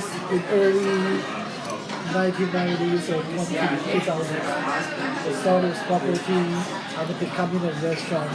But now since Coco Chop Thai, whatever are here, they don't focus on bubble tea anymore. Oh yeah, I gotta say it's quite fascinating to see the whole progression. But of course now we're seeing so many bubble tea customers pop up regardless. So They can't really rely on oh yeah. Well, the thing is you gotta adapt to the market, right? So if you kind of put here, it's always to be good at one thing and be really good at it. Like for example, when I was in Gwangju in South Korea, I went to this one restaurant and all they served was kimchi jjigae, which is kimchi stew, and that's all they specialized in. They did that one dish, but they had different variations like vegetarian and pork or chicken or beef versions of it, and a seafood version. So you still have the choice, but they just specialize in doing the one dish and doing it really well. And I believe that's always important to focus on one thing and doing it really good, as opposed to doing multiple things and then. But that's just essentially. what's your short-term goal? What do you want to do? What do you want to achieve? Well, like right now I'm busy working on some film projects. My co-producer from Korea, she's here in Vancouver right now, and she's actually attending the Bubble Tea Festival as well. I got her a ticket, so she's going to be checking it out and stuff like that. And then she's moving to the UK to do some filming as well. Yeah, and then a little bit later on, like right now I'm just busy securing funds for my film projects right now. So I'm reaching out to London Drugs for $70,000 for an upcoming documentary and that. Because I'm going to be filming down in Broadway, and then I'm going to be traveling to Taiwan and Japan for some filming as well. So When would that be? not in the summertime, because apparently it's. You don't want to go there. Because I was told it's living hell when it's. No, you don't want to summertime. go there. Summertime. Maybe I'll go in. Let's see here. Maybe I'll go in April to Japan for the cherry blossoms. What month did you travel to Taiwan last time? I went in March. Okay. You know what summertime looks like in Taiwan? It's like, you know, there are tons of good food. Even though shaved ice, you just don't have an appetite to eat, you know? You look at that, you say, no, I just want to go home and stay somewhere with air conditioning. Okay, that's good to know. Like, it's funny, I thought my Korean pongnyos and Ruban pongnyos, they told me don't come in the summertime as well. Because 2019, I went back in August. I mean, that was terrible. Literally, was terrible. Just like really, really hot. It's all good, guys. You can still travel to Taiwan. There's in Taiwan, if you are listening to this, we are. You plan to go there in summertime. You can forget about what I just said.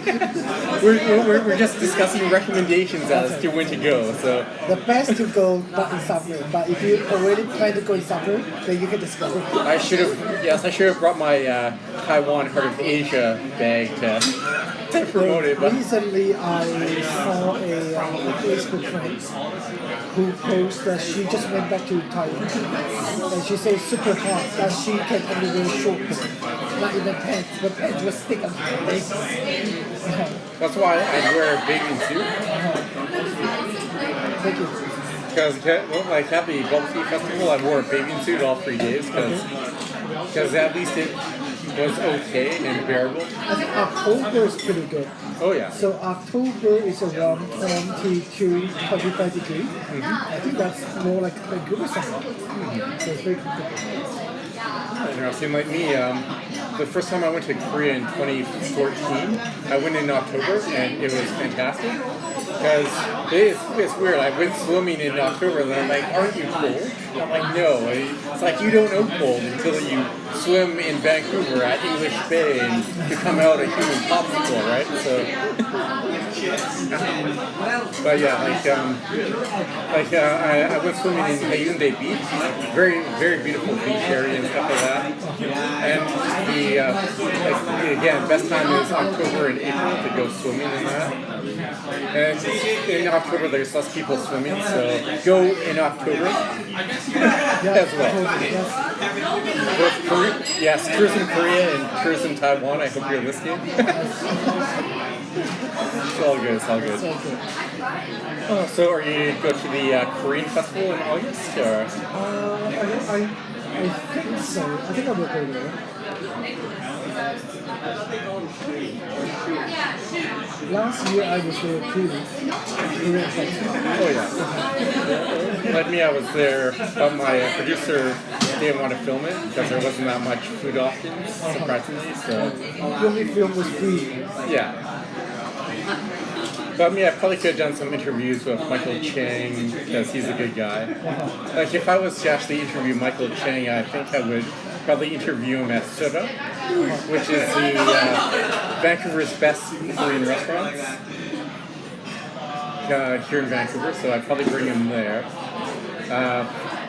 Yeah, and then I have a politician friend who I'm going to be interviewing soon, actually on my channel next month, and we'll probably go to Tasty Indian Bistro, which is one of Canada's best Indian restaurants and stuff like that. So, I like to go to different restaurants than that. If you're looking for really good Hangul Jaji, I recommend going to Kosu on Robson Street. Kosu. It means master in Korean. But I was, it's funny, for the longest time I was mispronouncing it. I was calling Kuso. And Kuso is a very bad word in Japanese, so. What does that mean in Japanese? It means shit, or crap. Okay. So we have to watch out. Yeah. Okay. So for the longest time I was mispronouncing it and called it crap chicken. So when in fact it's not called Kuso, it's Kosu. Kosu. Yeah. Fun fact. The more you know. The more you know. Not telling you. Oh, it's all good. Apparently there's a new bubble tea place opening up in downtown, Macau Bubble Tea. It's quite popular apparently. So, did you check out the Hello Kitty Cafe? No, I didn't. I saw it on the news. Yeah. I walked by it and I'm like, yeah, I know. I'll just wait till the hype dies down before I go Is check it it lots of out. people? Yeah, there was a giant lineup. So, and then me and my ponios, we went to grab a beer and watch people hang out in the hot summer sun. So, It's all about Hello Kitty. Yeah. Not really about the coffee. yeah, it's one of those themed restaurants, right? So, thank you, Senryu. But It's amazing. Hello Kitty is an amazing brand. actually, when I was coming home last time from Korea, I saw the Hello Kitty Cafe at Incheon Airport. It was actually quite interesting. I just walked by, took a couple photos, and bounced out because I'm like, well, because in Korea they love their coffee and stuff like that. So Did you see Hello Kitty in Taiwan airport? Let me show you.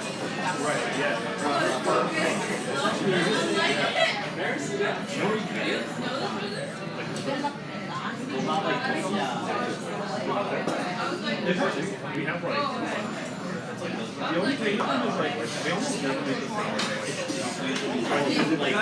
They used to collaborate together.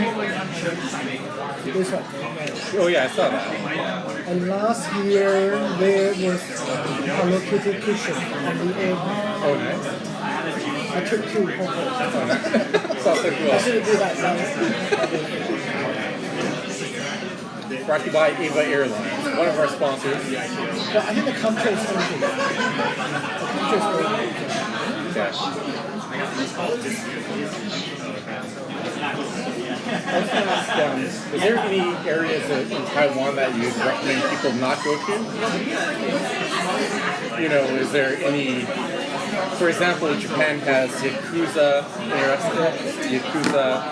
and then Korea they have the chaeballs or families. As an ambassador, I will come with the company. There should be some places I just don't know. Because I told you I came when I was 14 maybe. So I didn't really know that much about Taiwan. Okay. Okay, interesting. You know, the kids, so for sure, before elementary, I wouldn't have any memories. So the time for me from Taiwan to I leave, it's about like 9 or 10 years maximum. And then we didn't travel around. We always stayed in Hsinchu. We didn't go anywhere. So lots of places. Did you go check out that area over there, the Jade? Mountain? Yeah. I don't think so. Lots of places I heard about it, but I just never go. Okay. It's a bit nice. As I understand, basketball is quite popular in Taiwan as well. Basketball? Yeah, because they had some famous NBA players play on a couple of their teams. Probably right now. I don't follow sports anymore. Fair enough. I can appreciate that. I like to follow sports and here and there just because I like to. But I just told you I'm a very boring person. No worries. I don't follow them. No food, no sports. Even though I do bubble tea festivals, I don't know who's open and who's closing. Too bad. It's fine to be boring. It's all good. To each their own. So. Well, I should find something that's more fun for my life. Oh yeah. To make life more Interesting. more interesting. And meaningful as you pointed out. Okay, that's pretty cool. So every year you go to Taiwan for 2 weeks or About 3 weeks. 3 weeks, nice. Like me, when I go to Taiwan, I'm going to stay for 4 weeks and try to go to different parts. So, like, I want to go check out Kaohsiung and stuff like that, and go check out the markets there. I'm actually hoping to attend a couple of the baseball games, so I'll go there and I'll wear my Taimei Nippon Yo shirt and see if I can. You have to check out the Rocky Paper, so. Sure, why not here? You heard that, RKG? Go Rakuten! Go! Actually, Rakuten's two most popular cheerleaders moved to Weichun Dragons recently. So they have that one Korean cheerleader who was popular for Kia Tigers moved to Taiwan, and she has quite some obsessive fans. So it's quite interesting to watch. And then she just released a music video as well. It was called Hush. Yeah. And actually, I gotta say, I'm quite surprised the cheerleaders in Taiwan get way more ventures, I should say, in terms of popularity and get to do more fun things as opposed to here in the West, because a lot of them have their own YouTube channels and have their own music. The culture has been changing. Yeah.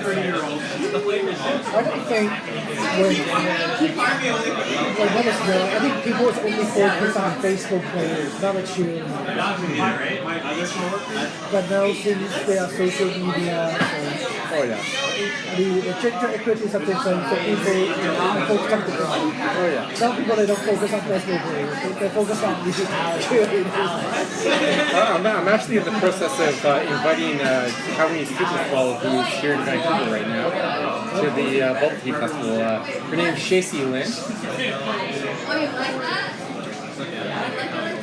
She's a popular fitness influencer / model, but she's here in Vancouver right now. So I've been talking to her on social media. So sounds good. Oh, okay, I got it. Buddy's not here. Give a lot to the love Yeah, my buddy last year, he's been on the flop. This is Shacy Lin. She's from Taiwan and she's here in Vancouver. Okay. Tasty. But I'll see if she'd be interested in coming to the Bubble Tea Festival. Oh my goodness. Because she could probably bring in lots of eyes to come check out the festival. So. Yeah, that's her IG.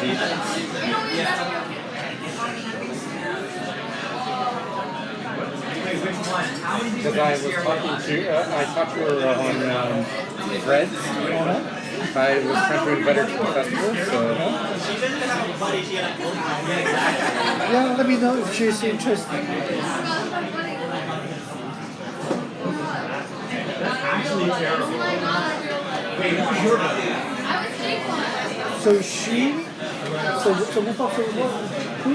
What does she do? She's a model. So she was just at the SpotCon Festival in Richmond, and she was here for the lunar countdown and stuff. So she's doing the whole enjoying Canada life and stuff like that. So I was gonna say I invited my Japanese voice acting friend to come to the festival and a couple others. So should be good. But she does fitness modeling, so she goes to the gym. She looks very Yeah. She looks like she could squeeze our heads off. I think she can kill me easily. Yeah. Have that 007 GoldenEye moment.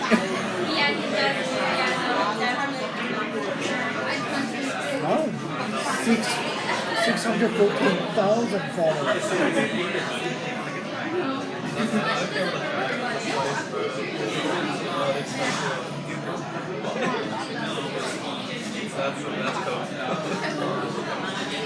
So she just come here for a short while. And she's also doing photo shoots here in Vancouver and stuff like that. So I'll probably talk to her some more and see if she'd be interested in coming. So, like I said, hey, if you want a free ticket, you're welcome to come. So, like I pay for the ticket or whatever. Like I pay for my Korean Pongyo ticket and that, and some other friends. So they're all gonna come out. So. Just let her know. Everyone wants to know boba fitness. It's like, yo, it's fine, you can flex with our boba between your two arms. my tummy. No, seriously. I try to cut my weight. I'm on diet. Oh, yeah. I know. That is fine. Just ignore this, guys. You don't see anything here. It's That's just. right. I didn't know. I didn't expect this, before I got. But yeah, like me, I like eating as well. By me, I gotta hit the gym oftentimes. Like, I usually go to the gym for 2 hours if I can, and I'll run on the treadmill for an hour, and I'll exercise for an hour, and then. But sometimes I'll go swimming for an hour afterwards too, so because that's good for losing weight. So. Oh, by the way, these years, double pay, save the day for me. Sounds good. I will most definitely save the day.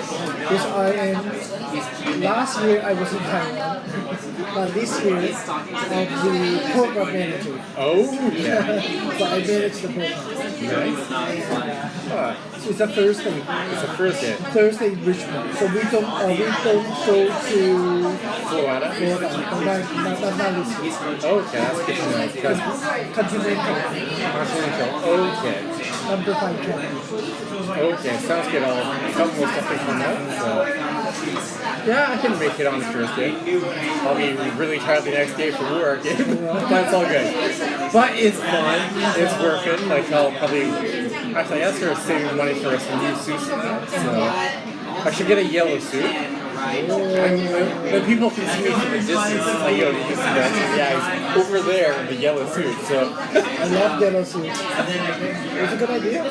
well, like I saw a nice lavender suit too.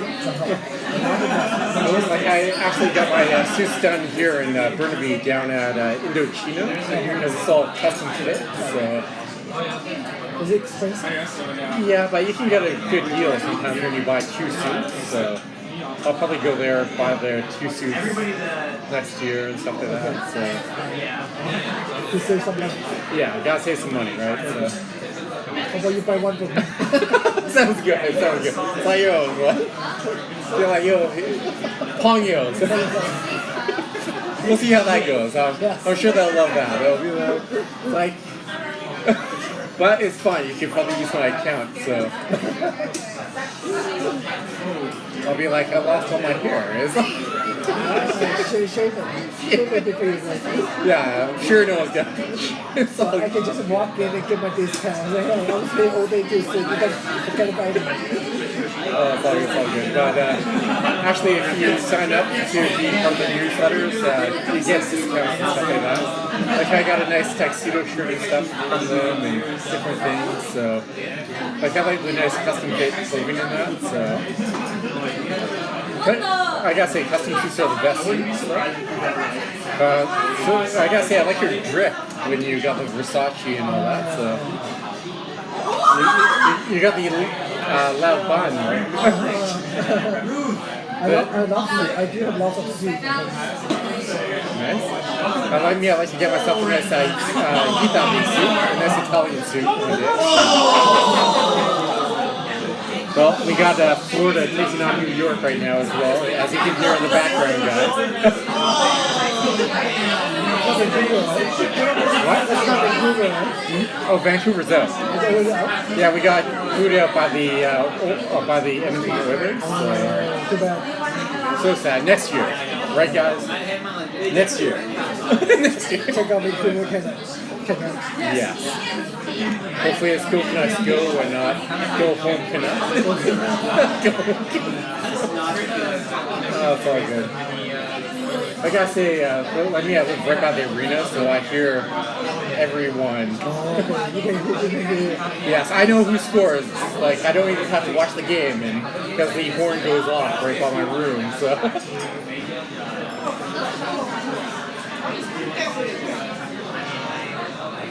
Like I'm attending the Chinatown Festival. There's a Chinatown Festival coming up in June. And I'm going to be attending a conference for 3 days, and then I'm going to the Dragon Boat Festival after. Have you checked out the Dragon Boat Festival? It's actually quite fun. Today in the Olympic Village area, they had the qualifiers going on, so it was pretty fun to watch. How many festivals you been to? Or you went to in years? I go to quite a few festivals actually. Let's see here. Well, I'm going to Bubble Tea Festival clearly, and then I go to Taiwan Fest, the K-Mastery. Yeah, like I go to different markets and stuff like that as well. So if I can go out and show support to different vendors and stuff like that, so I'll most definitely do that. So. And you go there for mainly for food, shipping for food, or Sometimes, like one of my Pongnyos has a stand at the Japan market because I got my I got the early bird ticket for the Taiwanese Canadian Chamber of Commerce Gala for next Saturday. So I'm gonna go to that in the evening. But first, I'm gonna go to the Japan market dressed to the nines and look overdressed for marketing and go have fun. So it'll be fun to show up in a suit because last time I showed up I was in a tuxedo at their event. Because I went to the Dumpling Festival Gala and it was pretty fun. And yeah, I felt so overdressed for the festival. I'm like, okay, I'm in a purple tuxedo. And everyone else is all in like casual clothing, and I'm like, what? so you really stand out. Yeah, I stand out very much. Not too much. Yes, I'll go for my Guilo look. I'll just wear a Guilo mask and see how it goes. Next time you go, underneath the tuxedo or suit, you should have t-shirt. And then you can just buy it. Superman. Well, actually, I do carry like most of my shirts on me. Yeah. So like me, like when I saw, actually I went to the Sound of Dragon Festival, the musical performance, because they had a couple people from the TJ Fest there performing, like Dylan Marin and stuff, and she plays the Zhang. I have a friend, Apollo, who plays the Zhang as well, so. But I went to the festival, it was a good, fun couple hours, and then after that, I'm like, okay, kind of bounced on.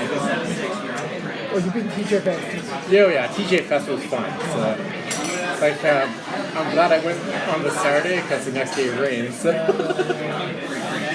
I mean, May is always so unpredictable. Oh yeah. Our weather has mood swings here in Vancouver. So to our American audience, if you come to Vancouver, bring an umbrella. Walk around with one, just in case. Even if you don't need an umbrella. Was it lots of people this year? It's usually around the same amount of people. Like Saturdays are generally the more busier day. I haven't gone on a Sunday yet because usually Sundays I'm usually doing graphic design work and working on projects and stuff. So. But that's just me, right? I just focus on that and go have fun. Like if I can go, I gotta say when I go to non-stop festivals back to back, I'm so tired out by the end of the weekend. I'm like, I just want to stay in bed. Because I did that once before. I went to Taiwan Fest for the opening night. Then the next day I went to the Chinatown Festival. And then after that, I went to the Taiwan Film Festival again to watch a movie. And then the next day, I went in the morning time to finish up watching the Taiwan Film Festival, and I was so exhausted. How do you know all these events? Do you Google it on the website? Or? Actually, Facebook is quite knowledgeable at helping me find out. Okay, so you just follow whatever shows up. Like I get invited to different events. Like I quite frequently get invited by Dead Frog Brewery to go to their beer launches and stuff like that. Like I went to a couple app launches in the past as well. It was very fun. But yeah, for I usually do Facebook and Google. Sorry about that. Yeah, I just mainly use those two, and then I figure out what festivals I can attend and what festivals I cannot attend. So, because I don't want to start myself out too much. So, because it gets exhausting after festival after festival. Because some weekends I gotta just relax and be like, I gotta have some cool down time before I go carry on with my work weeks and stuff like that, right? So, and it's fun. Like, one of my clients bought me a PS5 a while ago. I had no time to play it, so.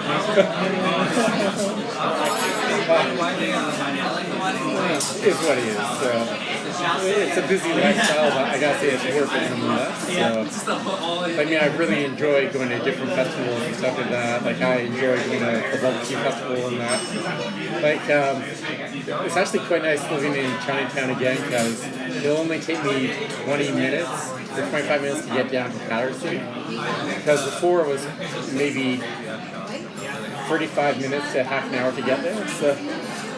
You know, life is very interesting. Unpredictable. Because I think I met you at the Taiwan Fest Yes. back in 2017. 17? Yeah, I think so. Yeah, 2017. And then you invited me to an event down in Burnaby as well.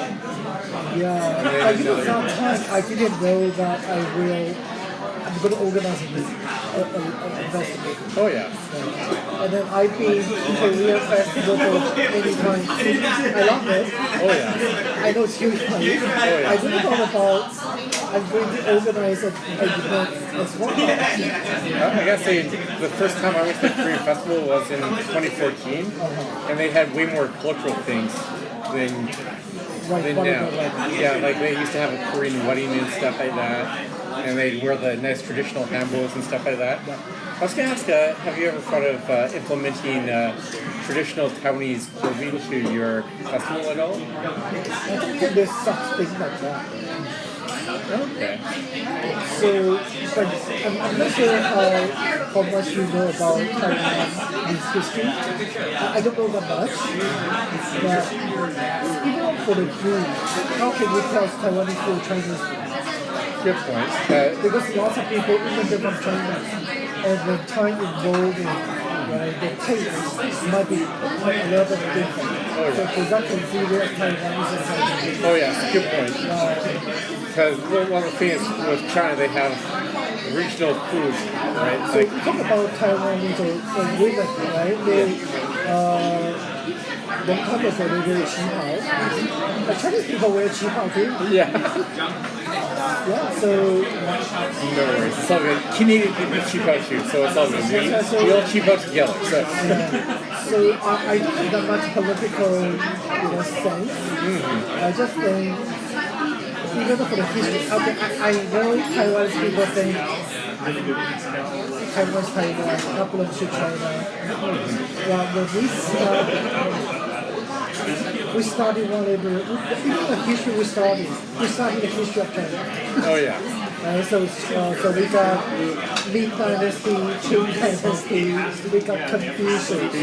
Well, this is everything that's from China. Because there's the Song Dynasty, Lubu, Cao Cao. Yeah, Cao Cao. Right? But this is what we studied in school. Oh yeah. And then at a certain point, you say no, Taiwan. So what's the Taiwan history? I never learned about Taiwan history. Fair enough. I can most because didn't Taiwan break off from the Qing Dynasty was the last dynasty because people fled out of China when the CCP took over, and then So people is like some people are more aggressive and some people are more reasonable. oh yeah. There was we still belong to China. Okay, I mean the land rights. Oh yeah. But we don't belong to CBC.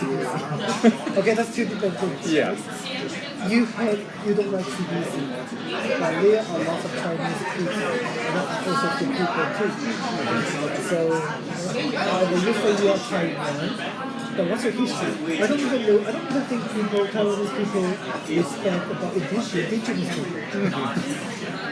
Compared to Yeah. same thing. Oh yeah. That's my personality. I'm fine with both. I like to be with square or with both. Right. Okay.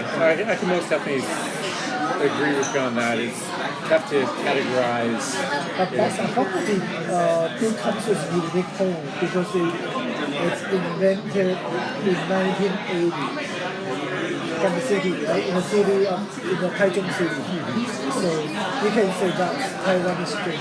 But people food-wise, I really don't. I believe it was created in 1988. What's the exact year? Something like that. Great year, so it's all good. I like it. 1988.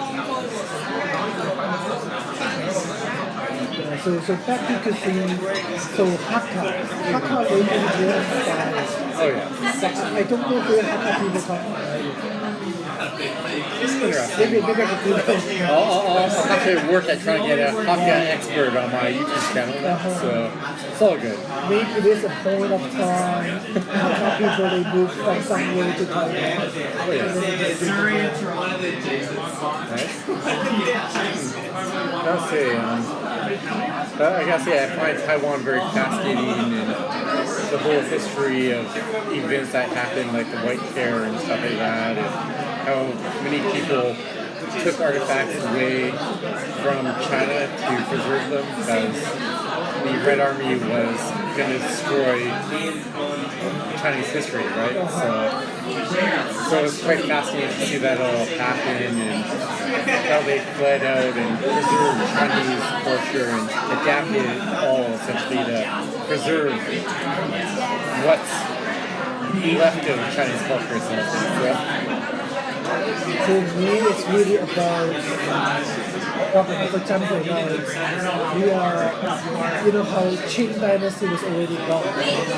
So there's no point that right now, some people they say, we still want to fight for the Qing dynasty. No, it's already gone. it's coming on. You should look towards the future. It's like the Shinto period in Japan where they believed the emperor was a god and all that, and they moved on from that as well. So in 2019, I went to, I think it was part of the government building. So the director general was introducing to the history of the building, right? Even though it's a government building, but it's really old, not fancy. It's really just like, not even things that is not even, this restaurant even look better. So she said there's a prayer of why they didn't renovate. Because when the government came from China, they never thought about we are going to live in Taiwan. We're going to fight back to China and take the land of China. So even when in Taiwan, they don't mind how popular they are. There's one, we're not going to live in here forever. We're going to fight. But when it's 10 years, 20 years, 50 years, 80 years, they realize they can't go back. It's too late. Right? Yeah, so the policy or the direction has been changing. So a long time ago, people's goal is to go back to mainland China and then take the country back. But now they just want to stay do that.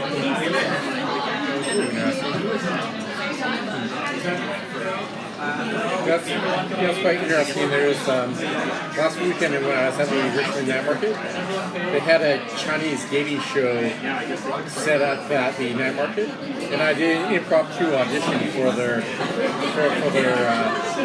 little TV show. So I'm hoping to get in. So I'll be their token Canadian guy.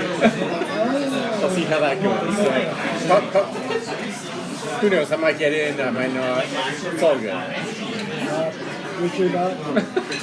I do wish myself luck. But yeah, it's pretty fun to support different stuff and check it out and enjoy different festivals, right? So it's all about how fun it is. Oh yeah. And what kind of memories that you can bring home. Oh yeah. Like doing interviews just like you, and they interviewed me. They did a minute of questions and I joked around about different stuff. So it's good just to get out of your comfort zone exactly and have fun asking some completely random questions. But like once before I got interviewed by CTS News, and one of my pongos is like, "You do realize that you sound like a playboy?" And in this news article, you got so sad. And like and then I got featured in Van People, and I got a good laugh at that. But yeah, it's like I was gonna ask you, what's been your most favorite interview, by the way, like in terms of news articles and stuff? What's my favorite? News interview. The news interview.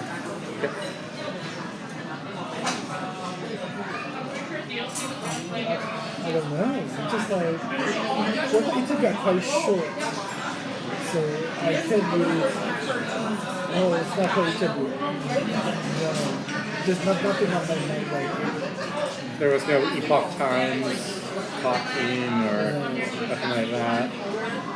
I like it, but it's just not like not my favorite, you know. Okay, fair enough. I can appreciate that. Interesting. I'll pick up here. Have you met any interesting people come to the festival, or? Interesting people. Yeah, like because I know Sarah True covered your festival. I was just too busy. What? It's just, you know, at the festival. Oh yeah, I was like, too busy. I don't know what I was doing. Yes, you're busy pointing. It's like, yo, guys, gotta get some stuff done, right? So many things that need to be done and prepared. Oh yeah. And lots of. I can't really enjoy the festival. And then even though the committee members, we have a line group, right? People will chat in about how many weeks that they need for resting after the festival. Oh yes. And then we got new members who don't know what's going on, and then they private message me. Is that really bad? That people need to rest for like a week or two. I said, yeah, physically really that bad. Oh yeah. You are physically and mentally tired. Oh yes. Sauna, here we come. Go to. So tell me, like after the festival's done, do you do anything to relax afterwards? The following weekend, do you go anywhere fun? Just to, do you go on any trips or anything? Just to. Yeah, last year I went to Vegas after the festival. That sounds good already. Sounds very energetic way of learning awesome stuff. So I went to Vegas in August, and then I also went to Toronto. Nice. As well. Yeah. I gotta say, I've only been to Toronto once in the past, and it was for my cousin's wedding, and it was in the summertime, and I got sick, and it was just brutal. I really had a bad experience in Toronto. I might go to Toronto at some point, and hopefully don't get sick again, but it is what it is, right? But it was so humid when I went. It was so unenjoyable. Even though my friend can tell if I'm busy with the festival or not by looking at my size. So when they see I'm skinny, they know I'm busy with the festival. Because after festival I become fat. Happy. Resting too much or eat too much. Oh yeah, it's busy running around. So tell me, you get lots of steps in, obviously, during the festival? It is like 15,000 to 25,000 steps. Nice. Every day. But for most of us, we don't exercise. We don't have habit of exercise. So walking that much in a day is really intense. Oh yeah. So it happens is like when I walk in the middle, I can't even walk any longer. You have those cramps right here. So you even rely on the scooter. Wow. Oh yes, because I saw your sister on the scooter last year, trying to find you and stuff. Yeah, So. scooter was the first year that we used last year. Nice. The first year that everyone has to walk. You're like, no more walking. That's, Oh yes. Oh, I've had days like that too. Like some days I walk to work. I walk 3 kilometers to work, and then I'll sometimes walk 3 kilometers home. So I get in my steps because I'm trying to. I'm trying to trim down too. After eating all this jaji and fried food, I'm gonna go fat shame myself and look into a mirror. I don't need the internet to fat shame me. I have a perfectly good mirror at home. So. So look. So this is the average steps on a walk per day. Wow. So think about how about it becomes like 15 or 20,000 Oh, yeah. a day for like 5 days. So for me, that's really a lot of exercise. Well, at least afterwards you can go blow off some steam again at Las Vegas if you choose to. If I choose to this year. Let me think about what I should go. But I have something else to do this year. So I'm probably not going to... So when you were in Vegas, do you gamble or do you just like chill at the poolside? Just chill out. Yeah. No gamble. I don't gamble. That's good. Because it's only gambling if you lose, right? Yeah, I do enjoy the fun. No, but sometimes I might spend like $10, $20. I don't consider that gambling, just like fun. I'm pretty much the same way too. So I sometimes, like when I was in college, me and my friends would get together and we'd play poker for fun, but with no actual money. Yeah. So then that way everyone's like, oh, okay, I got knocked out, who cares? Because to me it should be fun, right? It should be fun. It's not like you gamble, you lose, you feel bad, and then or whatever. Yes, because nothing like you explain to your wife, by the way, the mortgage is going to this guy here. But by the way, we lost both cars. That's right. But me, I like just hanging out and playing poker with fun, for fun. I kind of like playing blackjack or 21. Yeah.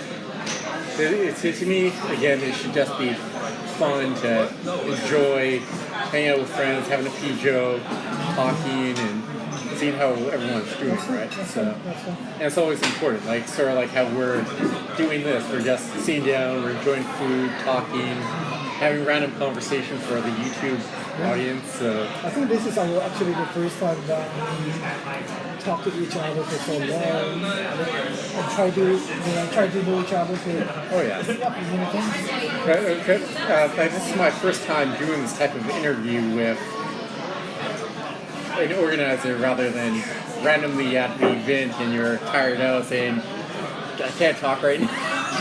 I gotta go here, right? So, and this works out better, and then it also helps you out because it helps the audience understand you better, and I believe it's a good way to help out organizers share their message and get to know the organizer better, right? Yeah. Like when I interviewed one of the organizers from the Japan market,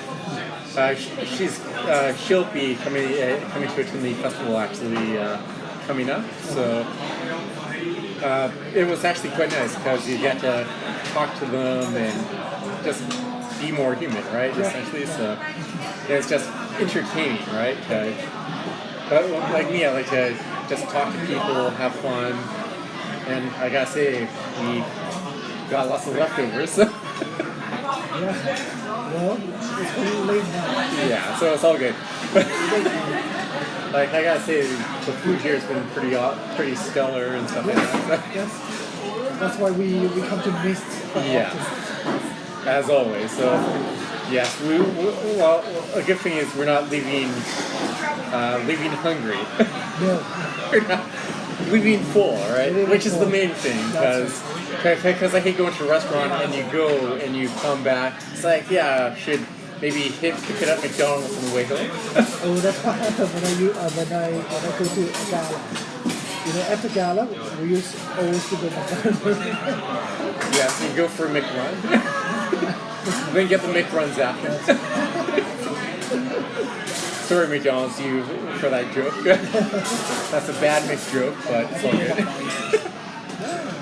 But yeah, I gotta say, I'm pretty much the same way too at galas too. Like I went to the Taiwanese Canadian Cultural Society gala, and I went there. I ate quite a bit, but then afterwards I was still a bit hungry, and I'm like, I need something sweet because I have a sweet tooth every so often. So I'll grab something sweet on the way home.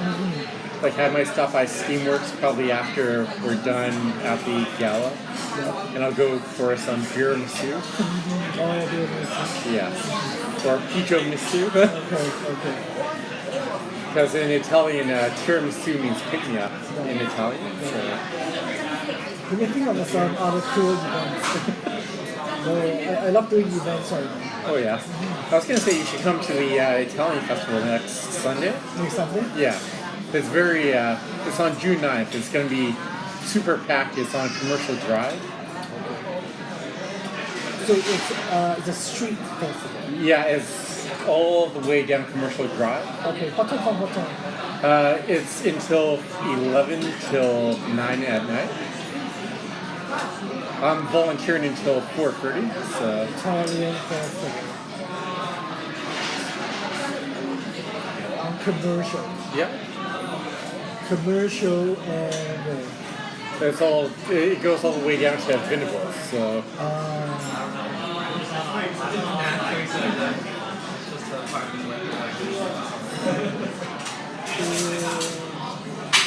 Okay. I will check it out. I gotta say, our YouTube content is pretty long. It's 2 hours. Yes. So gotta say I like the format so far, but I'm gonna probably have to cut it off and do the. I'll do our first round of interviews, then us eating food and asking questions, then I'll do a first section of just us chilling and doing this, Yeah, right? of course. So, Let me know when you're done. yeah, because that's lots of content to cut down. Yes. As we got a hockey game in the background right now. Actually, people think watch the hockey game. You know what's going on. Oh, I think Florida won by the looks of it. So they're all crying and sad right now. Hey, gotta say it was very house show. Okay, thank you. Yeah. Oh, would you like to say anything to the camera here? No? Okay. You're a camera shy? Yeah. No worries, it's fine. It's okay to be camera shy. Pack it up? Yeah, can you pack this up for us? Sure. Awesome, 谢谢你. And I'll see if they can take a little picture of us and stuff like that. And I guess we'll do a little go away message. So, is there anything you'd like to say to the audience here before we finish up? Yes, of course. So from July 19th to 21st, come to Bubble Tea Festival. Going to be fantastic. Awesome. So, I'm just going to switch over here. Hey guys, I thank you all for watching from myself and Eric Young. We had a great time tonight enjoying the great food here at Myst. And I hope you enjoyed watching this interview. And hopefully next time you'll enjoy my next interview coming up with Mr. Sandu in Surrey. So I thank you all for watching. Shishini. Until next time, this has been done with Mr. Elsie. Goodbye.